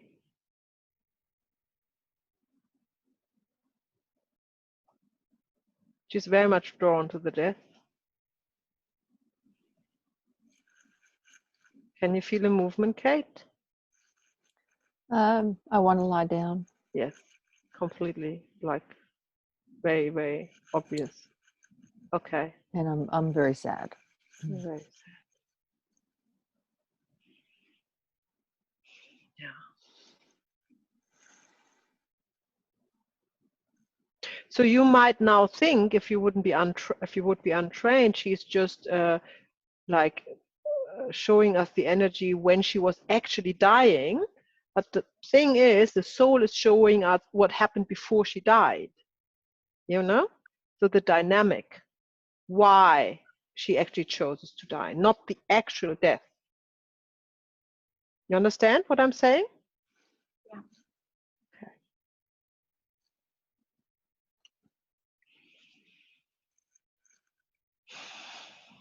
So Kate, how many people do you see?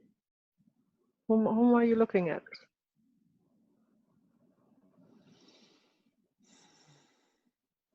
I'm not sure.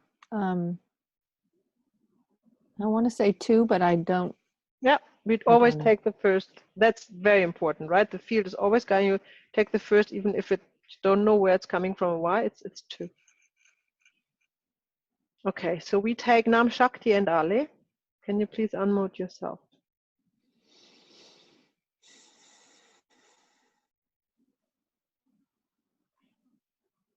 So I'm extremely cold now, Okay. and I'm shaking, and I also feel like throwing up. Very good. Where are you looking at? I also want to look down. Okay. And Ali? Just lie down, but with closed eyes.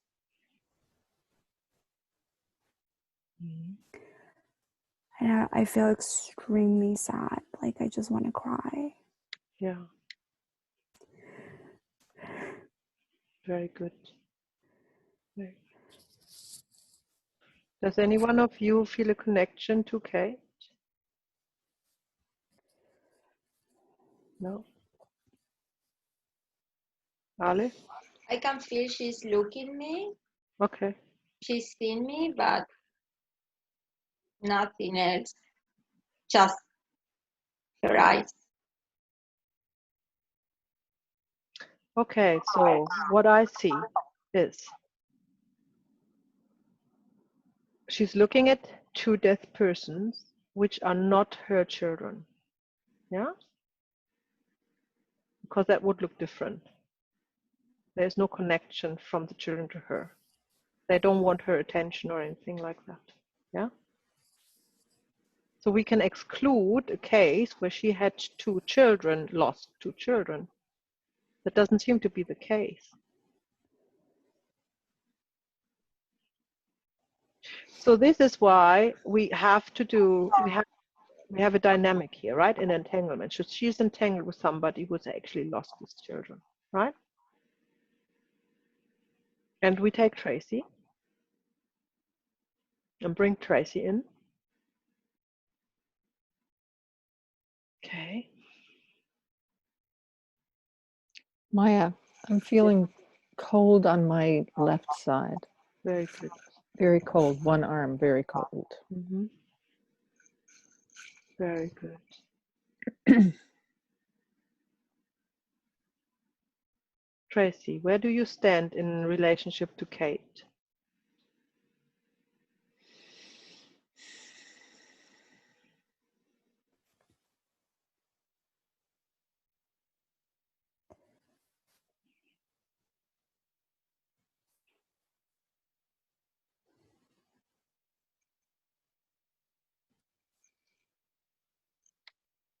Feel really drawn to her, but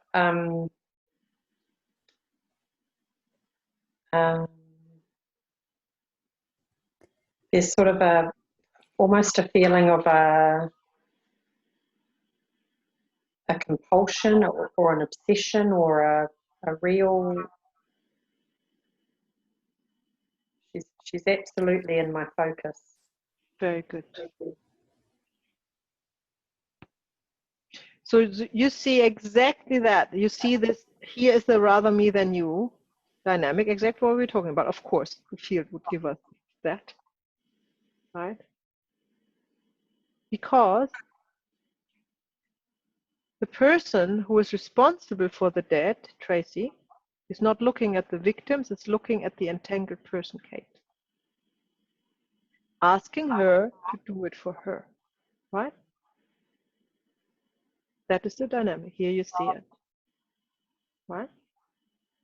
Because we brought her in as the one who's responsible for the death of the children, maybe her own children. We don't know. We don't need to know at this stage. But there's only the connection to the entangled person, right?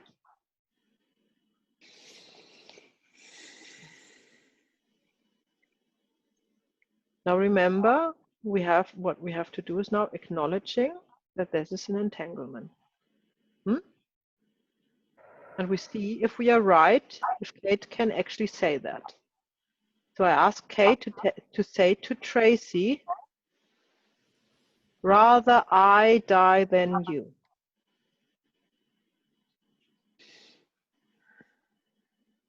Do I look at her? Yeah, if you can. Yeah, would be preferable.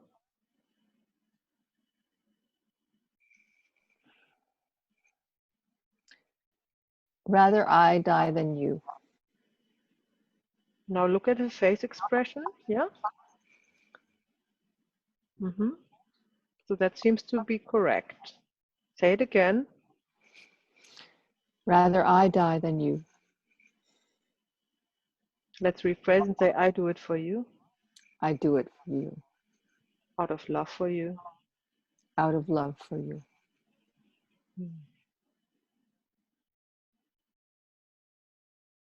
You see in Tracy a soft, like a softness. It is kind of sinking in. Is it, Tracy? It is. It's like a warmth sort of through. This is always what at the first instant happens, that, you know, this acknowledgement feels warm. Although it's not in order to say that, you know, it's a breach of the order. But it feels right because it is what it is, you know. Very good. So we have a reaction there with one of the victims already.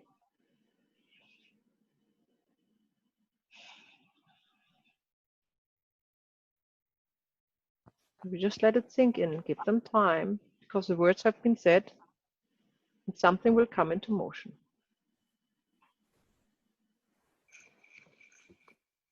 How is that for you, Kate? Comfortable. I'm not feeling sad. Mm-hmm. Yeah. So she's out of her cloud of, of this confusion.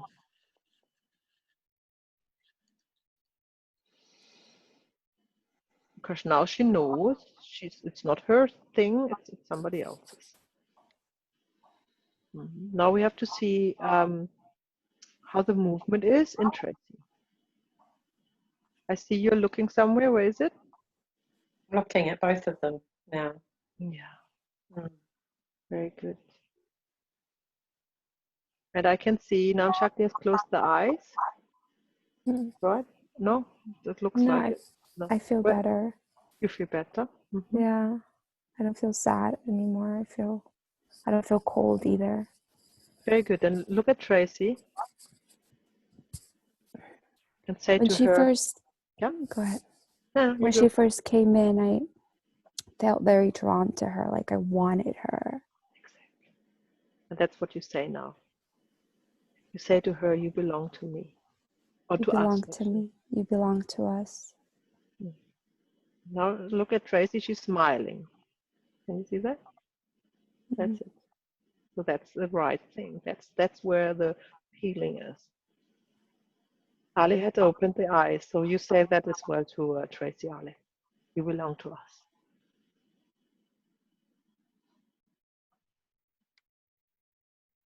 Yeah. Can you say that?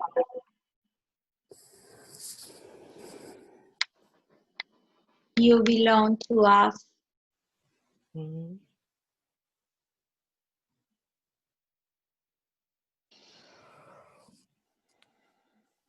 Yeah, I feel aware of that. Mm. Okay, Tracy, how's that for you? I feel good. Okay, good. Then say to Kate, thank you. Thank you. Now I see them. Now I see them. And my love for them. And my love for them. And now I'm ready to go. Now I'm ready to go. I thank you so much. I thank you so much for your service. for your service. But it is my faith. But it is my fate. Not yours. Not yours. Right. So we can see in Tracy that that's the right thing to say, that it's all fitting. We can see that Kate is more awake, more, she looks up. Yeah. Mm-hmm. So what Kate,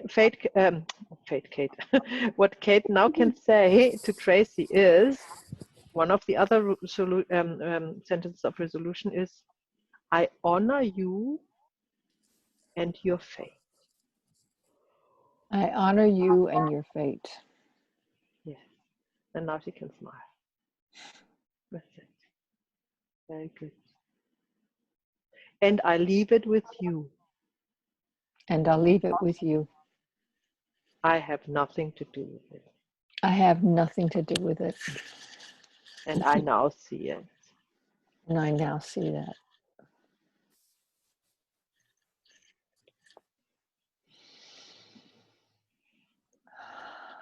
Very good. See the sigh? Have you seen the sigh? Heard the sigh or seen? Yeah, that's exactly what you are looking for. Yeah, very good.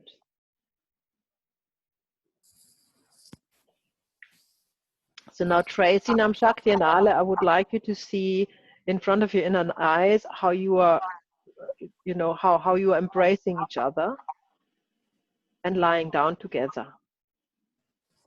Yeah?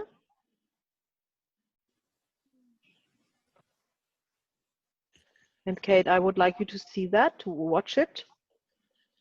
In front of your inner eye, how they are three together, lying together in peace. Maybe close eyes, if that feels right. Not you, but I might Tracy. fall asleep. Yeah. Okay, don't close your eyes. But just imagine, okay, that you see that. And send a smile to them. And say to them,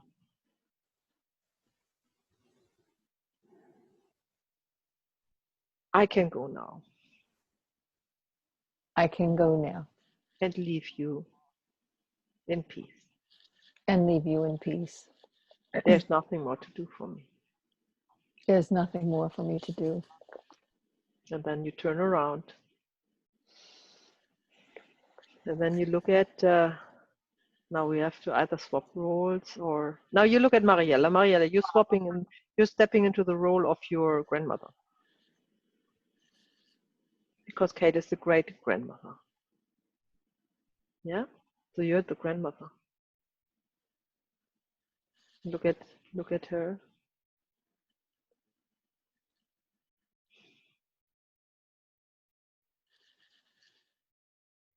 Because that was the dynamic. Now I follow you, right? Because the great grandmother was rather me than you, clearly.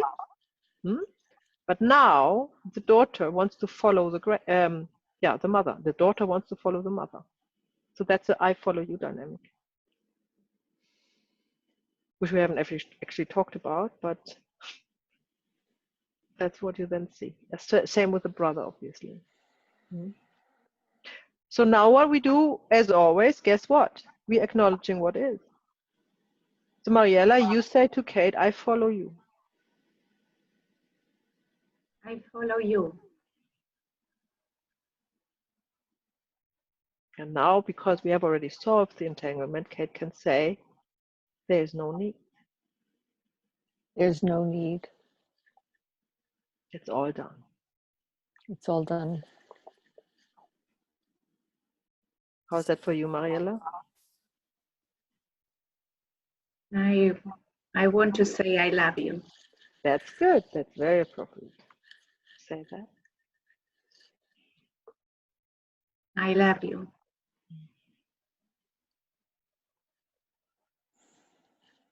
And say to you, and because I love you, I will stay. Because I love you, I will stay. And will honor your life by taking my life in full. And will honor your life by taking my life in full. And make something good out of it. And make something good out of it. To honor your life. To honor you and your life.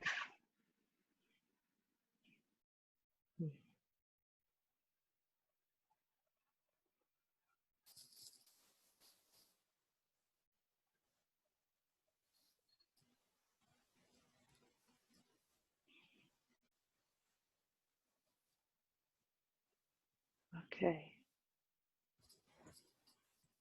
Very good. So we say thank you. We leave it here. And then we have a little chit chat about it. No?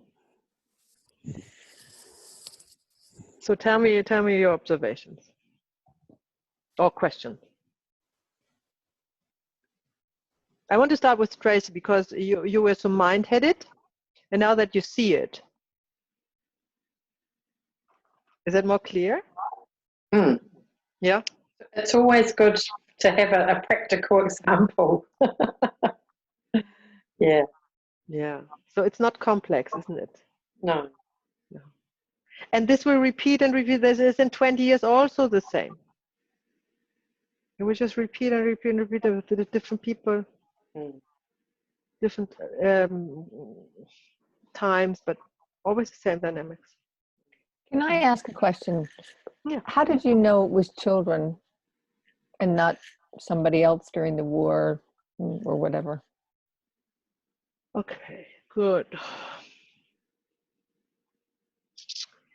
If you have seen a lot of war victims, which I have, in constellations, obviously, you can see clearly they don't look like war victims. No, you could see that. So How can would I you say explain that? Yeah. would you say it's more like an intuitive feeling? Yeah, it is something, you know, because I saw so many war victims, I can say it's not a war victim. And then the second thing is it must be a family member. And because we have a line of women involved here, it's normally always lost children. That what has the strongest dynamic, yeah? What would you see if it was war victims? What would be the difference? Okay, how can I express that? They are very unrest, war victims. Very unrest. Very Restless. confused. Yeah, restless. Sorry, restless. Very confused. If you see Ale, she was already like had her eyes closed and was, yeah. Sorry, I want to say, well, still super surprised with the field because before you choose me, I got the feeling that I want to be lie down, you know? Already connected. Yeah, Yeah, that's good. super. Before you choose me, I feel like I was belong to the field, you know? Yeah. Mm-hmm. My And God. that's wonderful. Thank you, Ali, because Ali is doing the work for so long. That is what happens if you have exposure. You know, Ali has not facilitated a constellation, but, you know, being exposed in so many constellations, representative, having done her own, it's just, you know, you just naturally connect with the field so easily, right? That you can trust and rely on when you do the work. So you see, back to the war victims, you saw immediately that Ale was very relaxed as a dead person, which is not typical for a war victim, right? Mm-hmm. And then Shakti, there was also something that hinted towards it. What did you say again at the very beginning? Remember? I was sad, Oh. cold, and tired. Nauseous. You said nauseous. Nauseous. Yeah. That was Nauseous, cold, and tired. Yeah. So that also feels more like, yeah, that feels like an abortion to me. You know, that just, you know, this is how it feels. It's not necessarily a war victim feeling like this or expressing it like in this way. And also you see the facial expression. So the way the field works is the representatives that are chosen by their own appearance. You know, you get a feeling, and because Namshakti and Ali are, you know, they have more the impression of young and, you know, girls and more the girly style. This says something. It's not a coincidence, you know. It's not a coincidence. So there was nothing hinting of a war. And this is why actually, because we would only think of war victims, we would never think of it in this, just because Mariella was mentioning the war.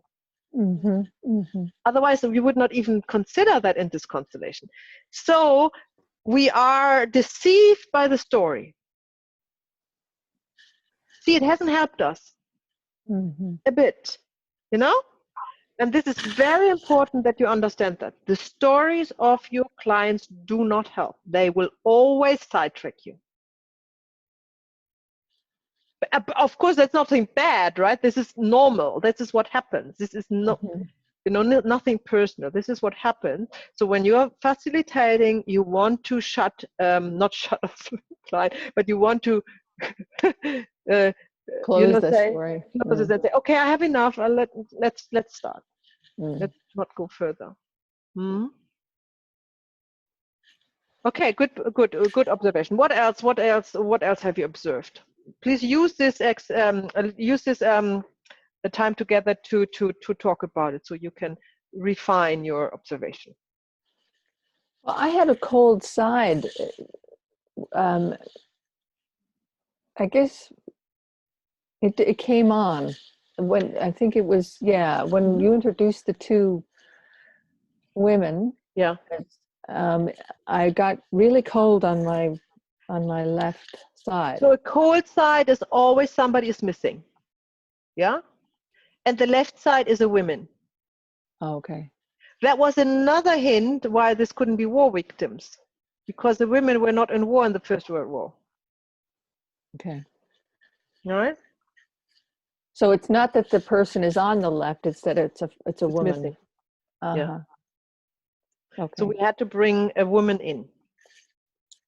Great. Yeah. Mhm. Yeah. What else? What else have you observed?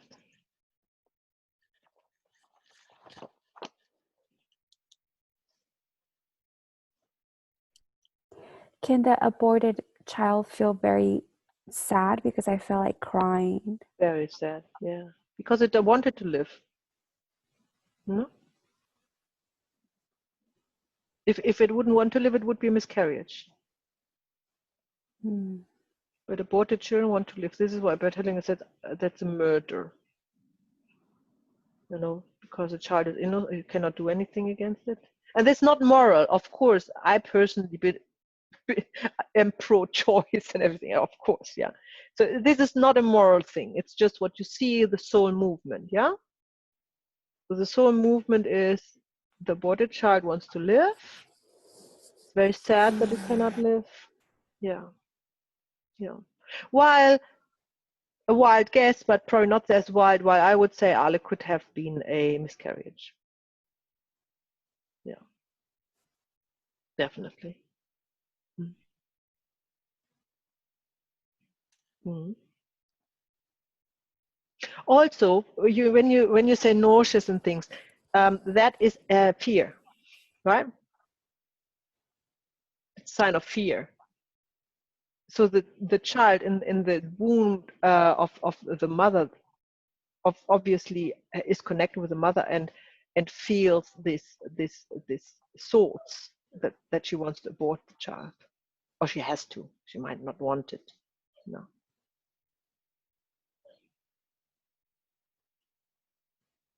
So coming to Tracy's role, it could have been the mother, but it could have been also the person who aborted the children. And I'm drawn to the second option.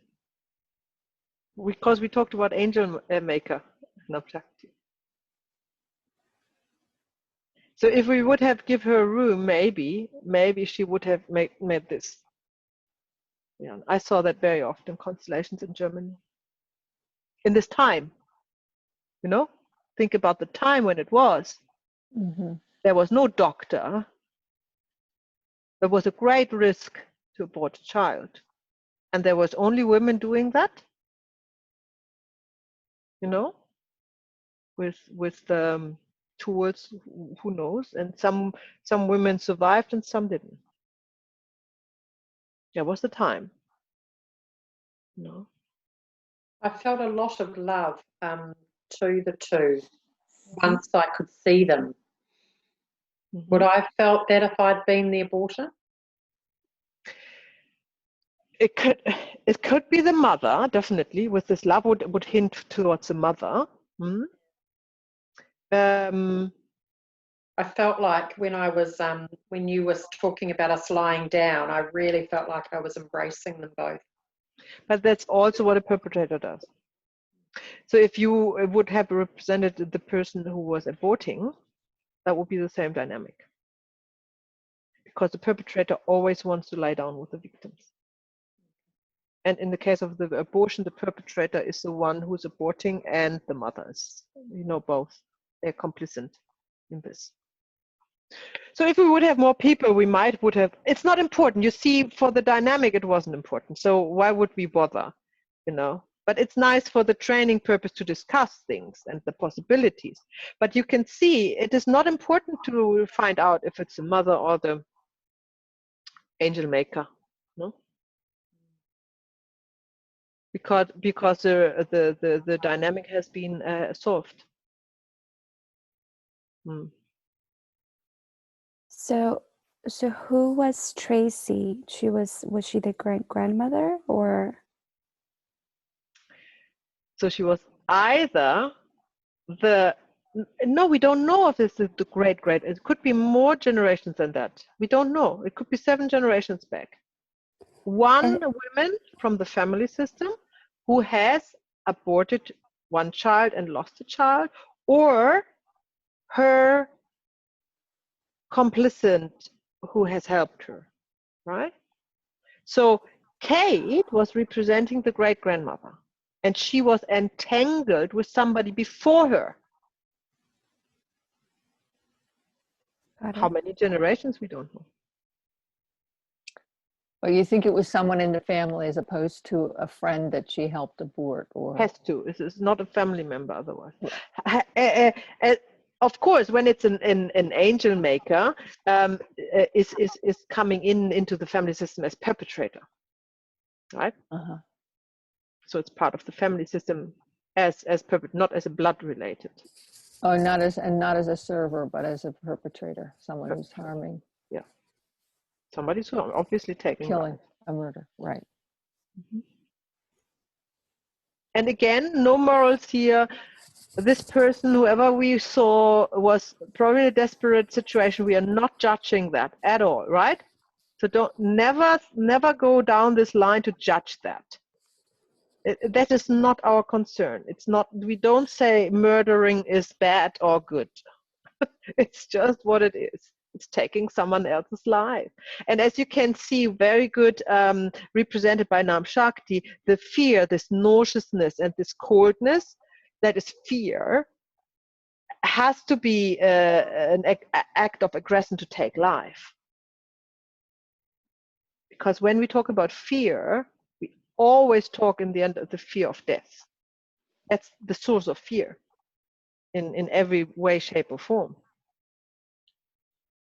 You know, if So we are you wouldn't, saying that if there's fear, it's a life-threatening situation? Mhm.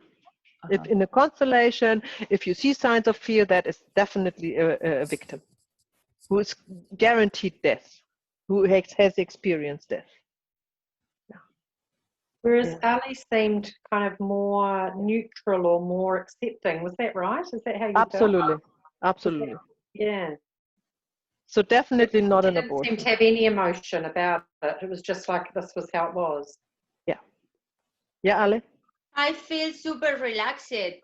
You know, Yeah. it was super strange when, well, Navshanti say I feel cold, or all the sensations like a dead person, but I didn't feel nothing, just super relaxed and quiet. Mm-hmm.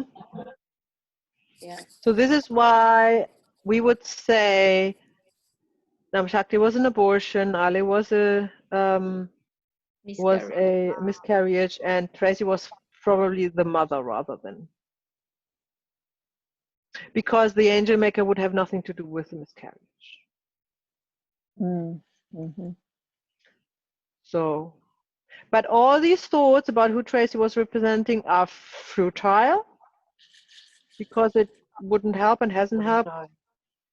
you know, in the resolution. So we wouldn't bother. It's really just doing this here to understand and you know, see the signs and Namshakti, don't fall asleep. No. Can I ask if Tracy, I should have a signal here that I can sort like right, this. a zapping gun, your alarm. Yeah. If Tracy, let's just say Tracy was the person who committed the abortion, Yeah. would she then perhaps only be in relationship with one of the with Namshakti and not Ali? Is that how that would look? Yeah. Oh. Yeah. But she said clearly Is that probably why I was so drawn to her? Like I wanted to, like when I saw her, I was like, I want to be with her. Like I want to be next to her. That is why that is not the motherly energy, that is victim perpetrator energy. Remember, the mother's also a perpetrator. So hang on, I think we can actually tackle that, because I think, Ale, did you say you were actually looking at Tracy or not? Tracy? No, No. I got the feeling like I was seen by Kate, Mm-hmm. but So So there was not really a connection between Al and Tracy. So we were right, and it was the actual perpetrator here, and the entangled person was just multiple, because it's probably the same mother or something. We don't know. Yeah. The good thing is, as you can see, you can think about it and talk about it all night long, but for the work, you don't need to know it. Yeah. And this is why I say, do not discuss that with your clients. This you only discuss with other facilitators.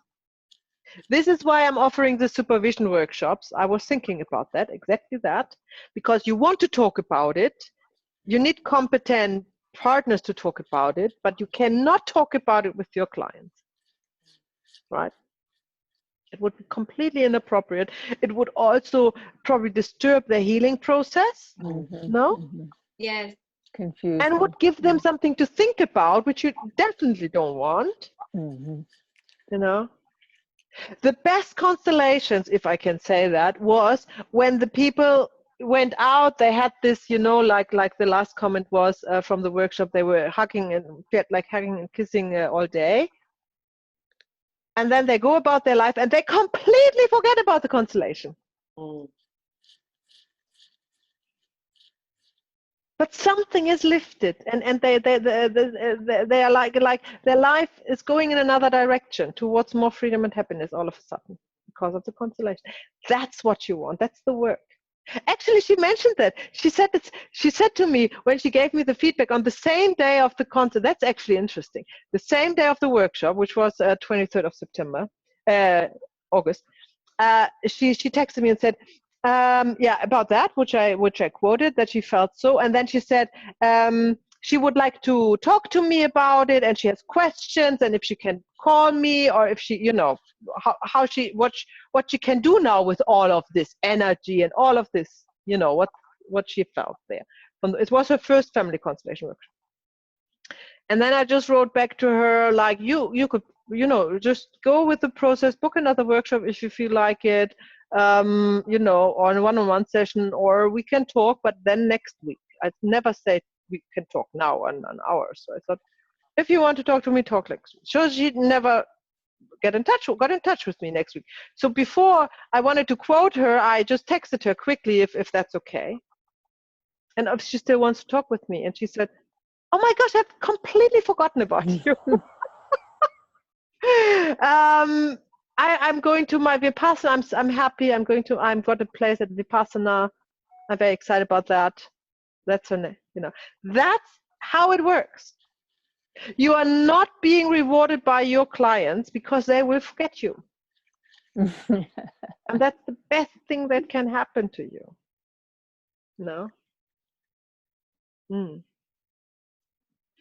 Okay, let's see. Is there anything else in this constellation that you have observed that we can talk about?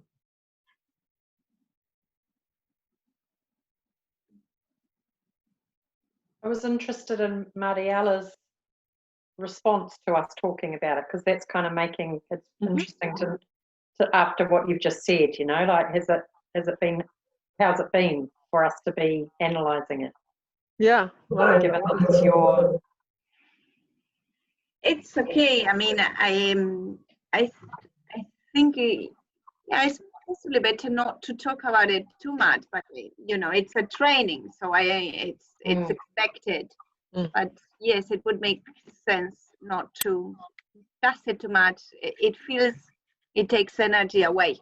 Very good observation. That's the truth. It does. I am going to the toilet very quick. Okay, mute. Just 1 minute. Just mute. Yes. Thank you.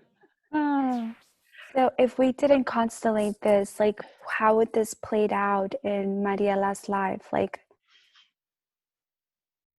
would it showed up in different ways? So that's a really good point, which we are actually looking at the last half hour when we're talking about fatal disease and death and how it matters. We have looked at persons who are already dead, right? So we are not changing that. So the great-grandmother committed suicide. So she was dead. But her soul was still entangled. And that means the way was open for descendants to follow. For example, Mariella's daughter. And she was already on the path. No? Because we worked with her, there was some issues. So what we do is, when we work with constellations, we are kind of going through time and space, because in the morphic field, which I talk about tomorrow, is not present. We are healing the dynamic, which was rather me than you, because she had nothing to do with this victim-perpetrator situation, right? And while we heal that, then the I follow you dynamic can be healed, and then Mariella's daughter wouldn't follow any of these dynamics in the mother line of her ancestors, because there's nothing to follow anymore. And that's the healing work. We do it for our children. And that's the beauty about it. Otherwise it would be a little bit strange. You know, if you heal a soul of a departed, which is not strange, which is also important, but that's another topic. But it is much more powerful if you know you heal it for your children, and children, grandchildren, and all the generation to come. I'm going to share this now, because it's interesting. For a moment, I forgot it completely when you asked me about myself and my daughter. But the teacher contacted us. She was worried about a comment Amber did. And that's when Amber, you know, she had a little bit of sessions with a psychologist, and I went to see you. But yes, there was a wording there that she mentioned to the teacher regarding, you know, suicide thoughts. Ah, yeah. So See? perhaps you're right about that. Now it comes back to memory, because the dynamic has been lifted. That's often what you get. Things are already been shared that are not shared before, you know, because it was too conflicted, while the dynamic was intact, present. But as soon as the dynamic is lifted, now the conflict is gone, and these information come up. Yeah, thank you, Mariella. Well, that was a wonderful. I mean, this is what is the beautiful about the morphic field. You don't need to worry about. You have a training. You cannot fake a constellation, but you want to get your point across, and here you go. Just happening. Good. Okay, so we have another half an hour, and we do have two other topics which I want to share with the screen with the screen sharing now again, which is this dynamic interrupted movement to the mother. This is a really very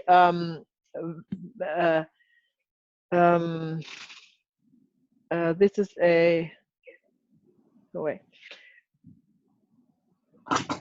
a here we go. This is a very important piece of Bert Hellinger's work. Very important piece of work. It comes all the time, not every time, but all the time, often. And it is what we see when we have a child and the mother, and the child is not able to go towards the mother. And we had that yesterday, remember, with Manam Shakti. That was exactly that. It was a interrupted movement towards the mother. Now, where was the interrupted movement? Remember yesterday? We had Nam Shakti, her sister, her mother, and her grandmother, right? Remember?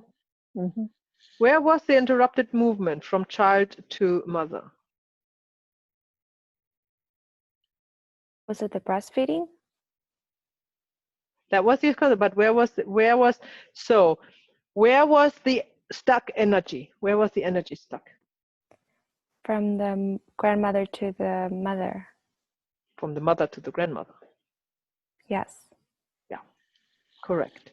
So the mother, your mother, which I said we cannot work with because she's not our client, your mother is in need, if she would want to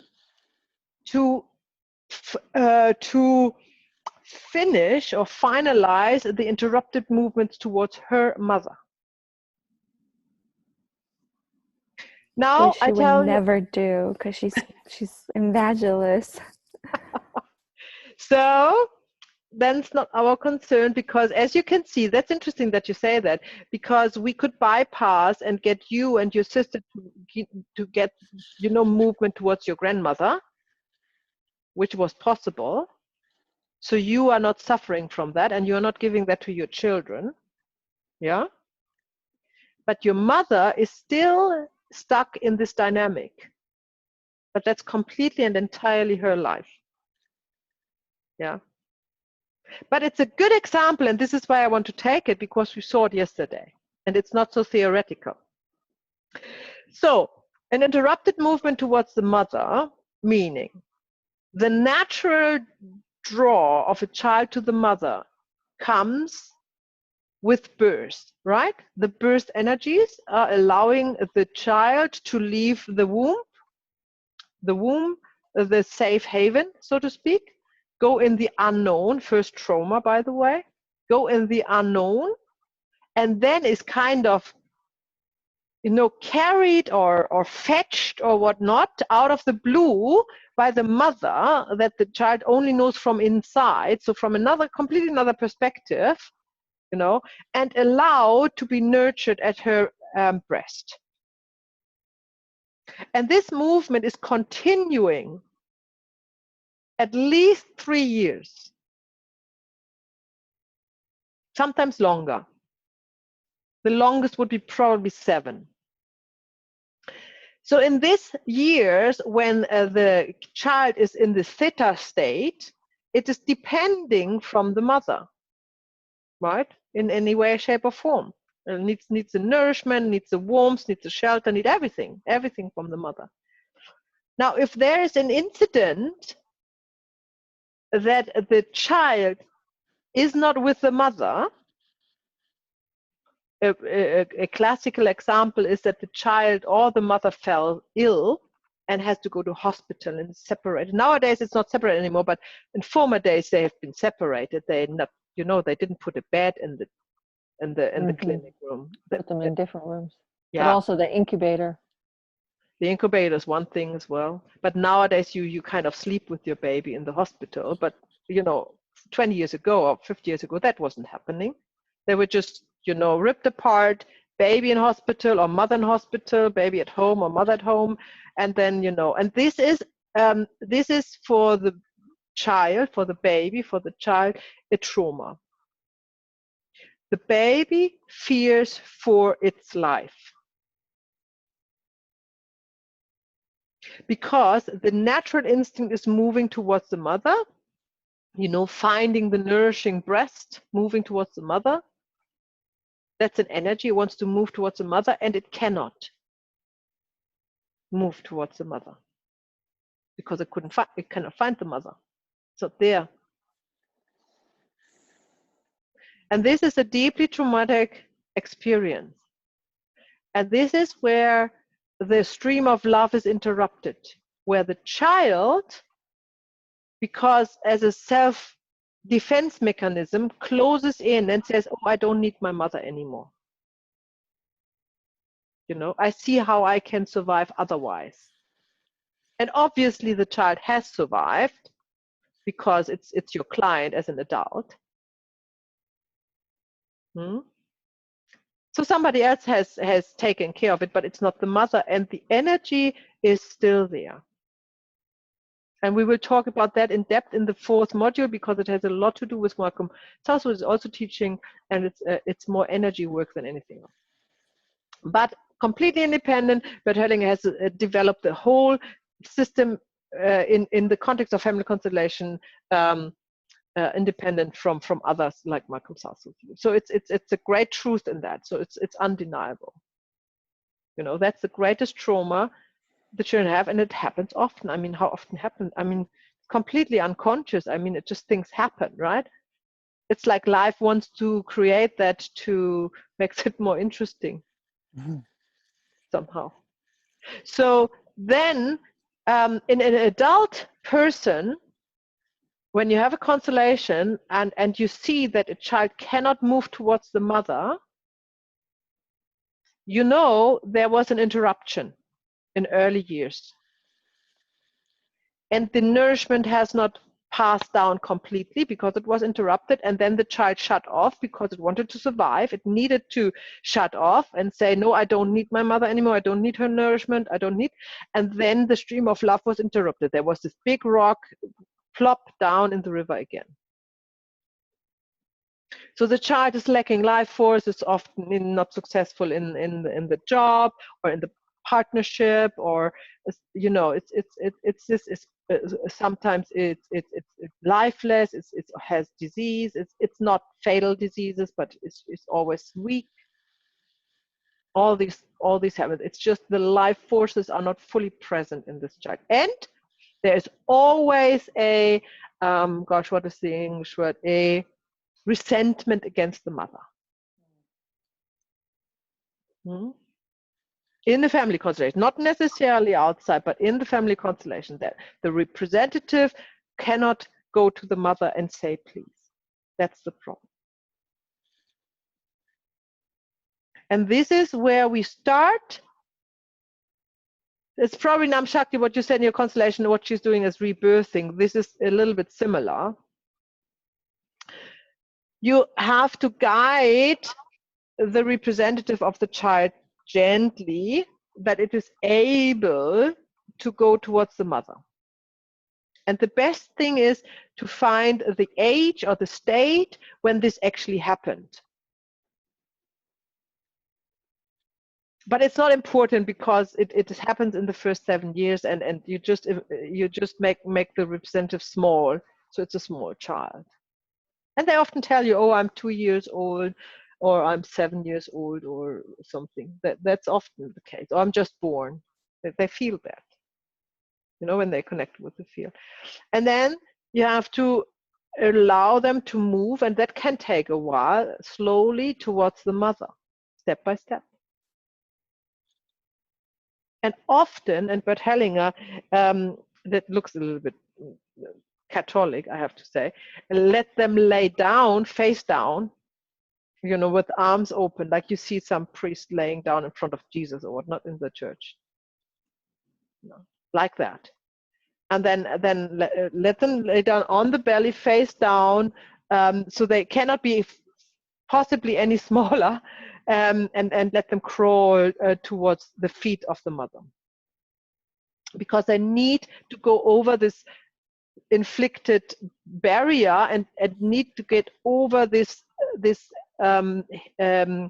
barrier, this obstacle, you know, and go towards their mother.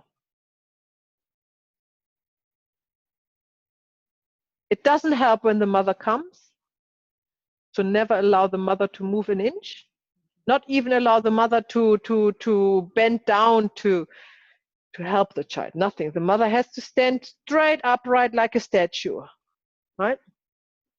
That's really important, because you wouldn't help the client if you allow the mother, because some representatives, they want immediately go towards their children because they love them. You know, it's not the problem of the mother. Look at Nam Shakti's grandmother. She loved her mother, right? You could clearly see that in the constellation. There was not a problem. But her mother was completely shut off from the connection to the mother. And that's exactly how it looks.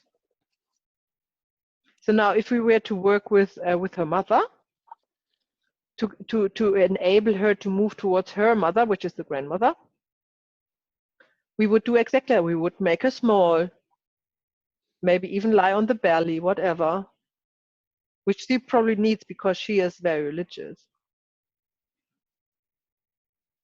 And then allow the movement, like say to her, go closer, go closer. And they often can only go 2 steps, and then they pause, and that's fine. And then you always try to say please. And then they have to say, please, mom, mama, or whatever they have called their mother. And then they also should say that in their mother tongue, not necessarily in English. Yeah, has always a deeper impact. Until the ice is melting, so to speak, and they really open their heart and they normally cry. And the mother will always be there and always, she can't wait for the child to come, but she cannot help. Yeah, she can only be open to it. That's very important. You cannot force this. And we might look at this tomorrow if we have time. We might, one of you wants to work with that, because that happens often. I mean, we all been probably exposed to one degree to an interruption towards the mother. Okay, and then the resolution is that the child can say, please, mom, please, I need you. You know, I need your nourishment. I need you. I need you. I need you. The child is able to come very close and hug the legs or the hips of the mother. That's the resolution. And then you have to reinforce this movement by giving them the space that they can hug each other, and deep breathing. That's very important, deep breathing. So that is through the breath, the nourishment can be exchanged, can flow. Yeah. So you have to encourage both deep to breathe, the mother to breathe out and the child to breathe in deeply. And then I sometimes play songs. I haven't done that virtually yet because the quality is not good. I have to figure out how to do that. But I like to play music in constellations, as you know from my blog post, if you have read it or have been to the constellations. That can be very effective. And then when they are reconciled and both are happy, then you can stop it there. That's it. That's it. And the child doesn't need to say thank you or anything. It is just the stage of saying please and be with the mother is where you stop it. You don't want any more. That's what you want. That's the most important step. The only thing that you might want to add is when this person has children, that you let it turn around so the mother is stands behind the daughter and holds her, and then the daughter has in front of her children, and then you see if she can let the love flow to her, because if she is interrupted in her that's what we also saw in Shakti's constellation yesterday. If the mother has an interruption, if a person has an interrupted movement towards the mother and has children on her own, she cannot nourish them neither. i.e. breastfeeding in this example, because this continues through all generations. Because the flow of like if you think of the river flows down and then there's this big rock and the water cannot flow. It cannot flow through none of the generations. So with lifting the burden in one generation, you're lifting it for the others. That's a very common constellation that you would, especially when you begin constellating, have all the time, because this is the beginning of anybody's spiritual journey, is to get the nourishment from the mother. Otherwise there is no path. It will be always shallow. So when you turn them around toward the next generation, what words would you be giving them? Would it be the child saying please, or? Yeah, so you turn the mother around, who has reconciled with her mother, and she is now the mother and has the children in front, so she does nothing. She's available. She's saying nothing. Because as a mother to the child, she can only say yes. And she does this with her gesture, she's open. Okay? So the work is for the children to be done. So if you see the children, the representative for a child in front of her, and the child is happy and runs to the mother and hugs the mother and says, "Oh, mom, there is no problem," right? But if this child is also stuck and doesn't want to go to the mother, then you do the same work with the child. Yes, Ale. Does this movement does this interrupted movement can happen anytime, or is there specific ages that this movement can be seen more frequently, or? It's often the first 2 to 3 years of somebody's life. Okay.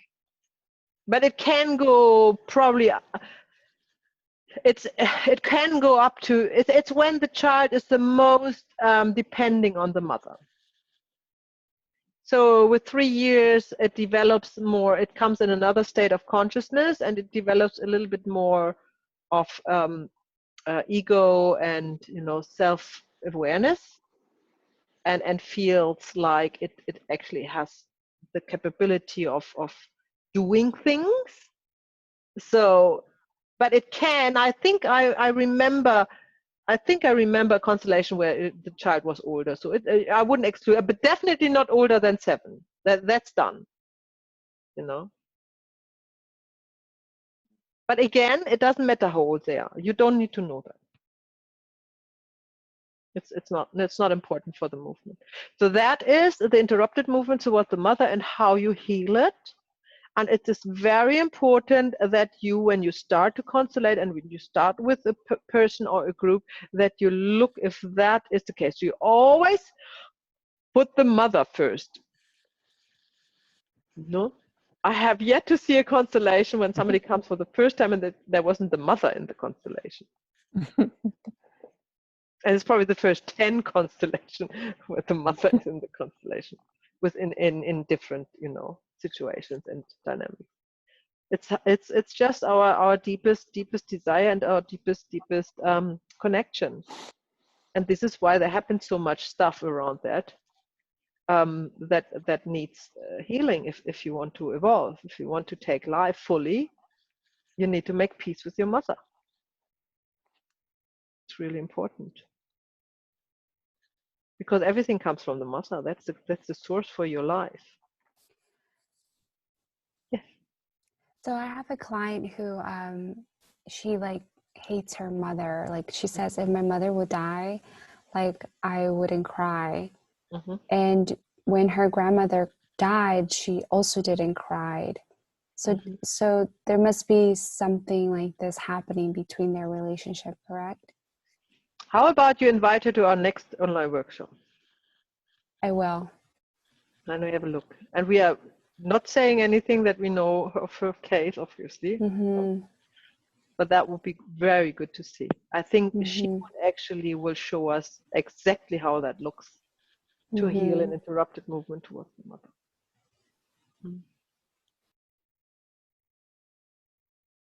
Okay, let's just think. There's something else I want to talk about before we part for tonight. Let's just think in. I don't want to add anything more to it. Just let it sink. So the next and the last slide I have to share with you is fatal diseases. Remember, when we have a family constellation, we normally have the situation that we are looking at a fatal disease or dead, because all other cases don't have such a huge impact on the soul of the family. You know, it's a traumatic experience of dying that creates dynamics most of the time. So it's either suicide or it is either an accident, but most common, obviously, are fatal diseases. But they are following the same dynamics. It's just slower, you know. I probably talk too much. I'm losing my voice. So, atonement for one's own actions or personal guilt of a family system one is entangled with. We talked about that a lot. So that is, you know, somebody gets a fatal disease. It wants to follow. It wants to follow a family member. through entanglement, or it wants to has the rather me than you dynamic, or it has the preparation for my sins, which is not her sins or his sins, or so somebody's of an entangled person. So it should actually say a reparation or atonement for your sins, actually, if I think about it, because it's taken over from somebody else. So then this person who is entangled becomes ill, fatal. Right. And different diseases are hinting at different dynamics, and Bert Hellinger has put a few together. I shared with you, but it doesn't mean that it's always the case, and it's not excluding other possibilities. So it's just like more like a matter of example, and it should not lead to conclusions, right? So depressions are sudden death of a close family member often. So if somebody's depressed, then he's entangled with somebody who has suddenly died, right? Or follows this, so yes, an entanglement, wants to follow this dynamic. Psychological confusion, and I want to talk about that actually in module 3 more. But just to mention it now, you have psychological confusion like psychosis and schizophrenia in your workshop or in a one-on-one session, which we have to talk to. This can be very dangerous, by the way. The only actually situation which I would consider to be dangerous and be careful with, that just says there's an entanglement with more than one person. So remember, it's not one person entangled with this person is entangled with two, and these two have opposing dynamics, you know, if you can think about it. So this makes this person who is schizophrenic or psychotic, you know, always, or multi-personalities or whatnot, always drawn to one dynamic, then to the other, and they are opposing each other. So there is never peace, there's never conclusion, there's never coherency possible. Muscle deterioration is pointing at a violent conflict in the family system over several generations. So this would be probably the I follow you dynamic, you know, muscle deterioration. You might think of somebody who has it. And if you can think of any, if somebody comes to your mind while we talk in this training, see if you can. My sister-in-law. Ah, here you go. So see if you can get them to come to one of the workshops, the online workshops, so we can look at it. Yeah. Okay. Because it would be great if I could show you these cases we are talking about. Yeah. Maya, just before you go on, going back to the psychological confusion, psychosis, are you saying the person is entangled with two people who have been in conflict? Is that what you're saying? Not the people are in conflict, but each of this person has their own dynamic. So entangled with two persons, and they have the one person is, and it has a dynamic I have rather me than you with person A, and the other person has a rather me than you with person B. And they may have nothing to do with each other. Okay.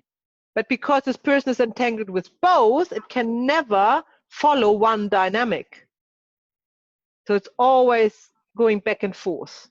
So what would lead to someone being entangled with two different people? Mystery of life. Okay. So you can't give an example of where that's occurred? Well, you will see it, as I said, we talk about psychosis in depth. It is very unlikely that you see it in a family constellation. But if you see it, you need to know how to deal with it, but not now. We go through that another time. Okay, let's go to dermatitis and skin problems, which is quite common, especially in children.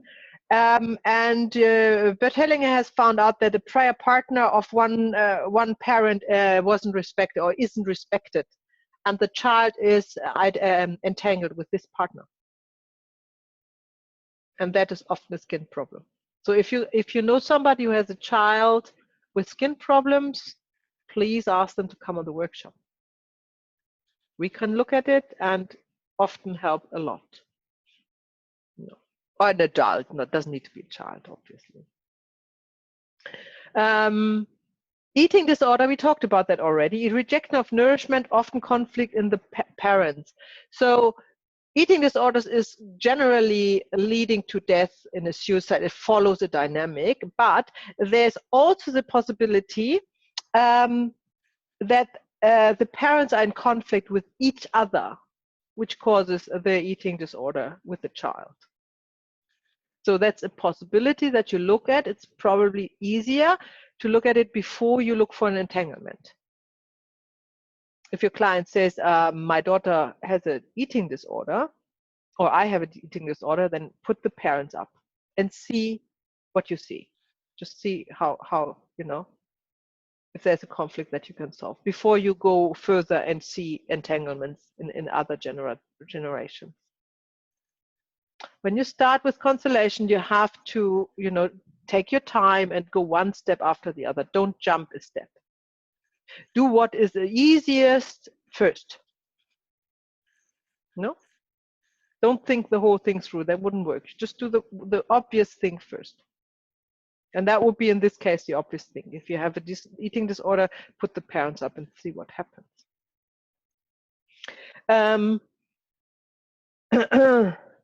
The sick person chooses not to acknowledge.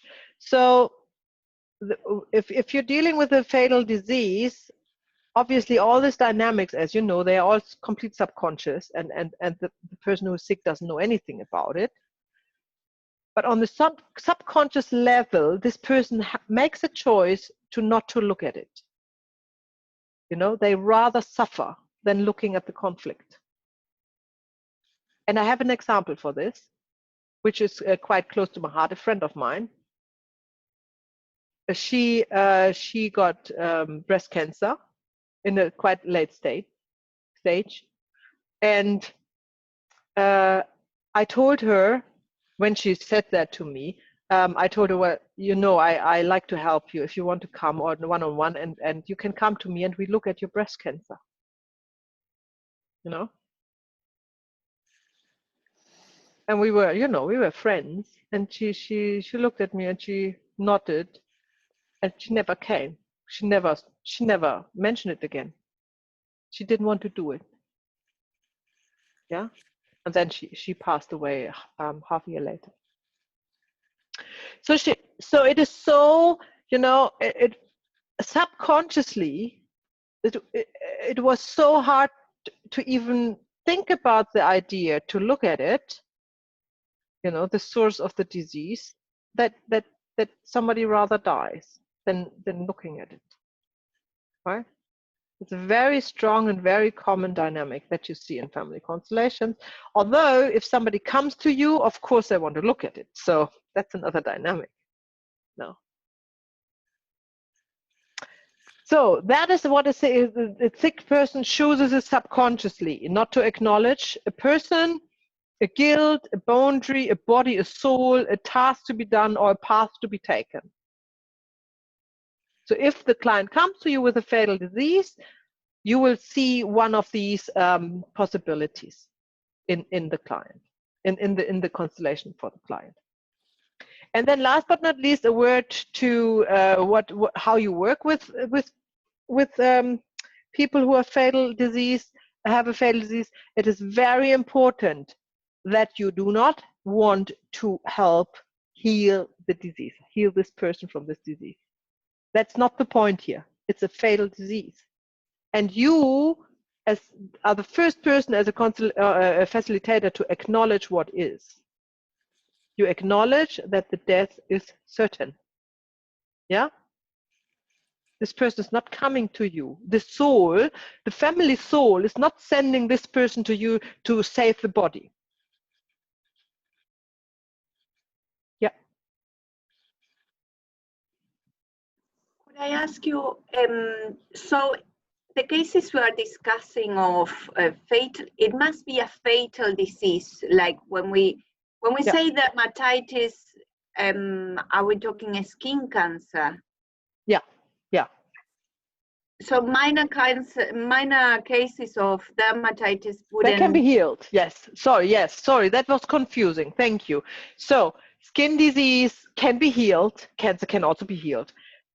But it can come to a stage where it's fatal. Mhm. Right. And then that's applied what I just said. So I'm not saying that every skin disease is fatal or every cancer is fatal or every muscle, that's not all fatal. But it starts like this. You can work with it. It may heal. But if you come to the stage where it becomes fatal, you cannot help healing it. What you do is you help freeing the soul. Mhm. You help the dynamic. You help to free the family system from the dynamic so further generations wouldn't suffer. And the soul is free as well to move on. Right? So that's the goal of this constellation, not to avoid death. Okay, I think we have to wrap it up. It's really late. And it was so much information, wasn't it? Well, the good news is you have the recording. Oh gosh, I hope I didn't forget to record the second. No, it's recording. I have one more question, Maya. Can I ask you? So if somebody is sick with a fatal disease, is it just gradually eventuating, or is it sometimes brought on quick? Is there a relationship to the cause in terms of the timing? I cannot say that. You don't know, right? Okay. No, I cannot say that. It can both. You see it. Right.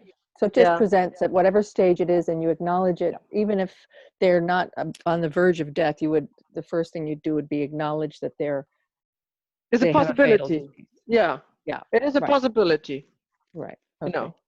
So the clients normally in a constellation or the family constellation is normally concerned with death scenarios. Most of them are done. Most of them are in generations before, but some are actually happening now. Yeah. Okay. Thank you. Okay, so take some rest. And I see you tomorrow at 6 o'clock. And I wish you a lovely Sunday. And thank you. You get the recording, of course. Have a good wedding. Your voice. Yeah, I did. Ciao. Good night.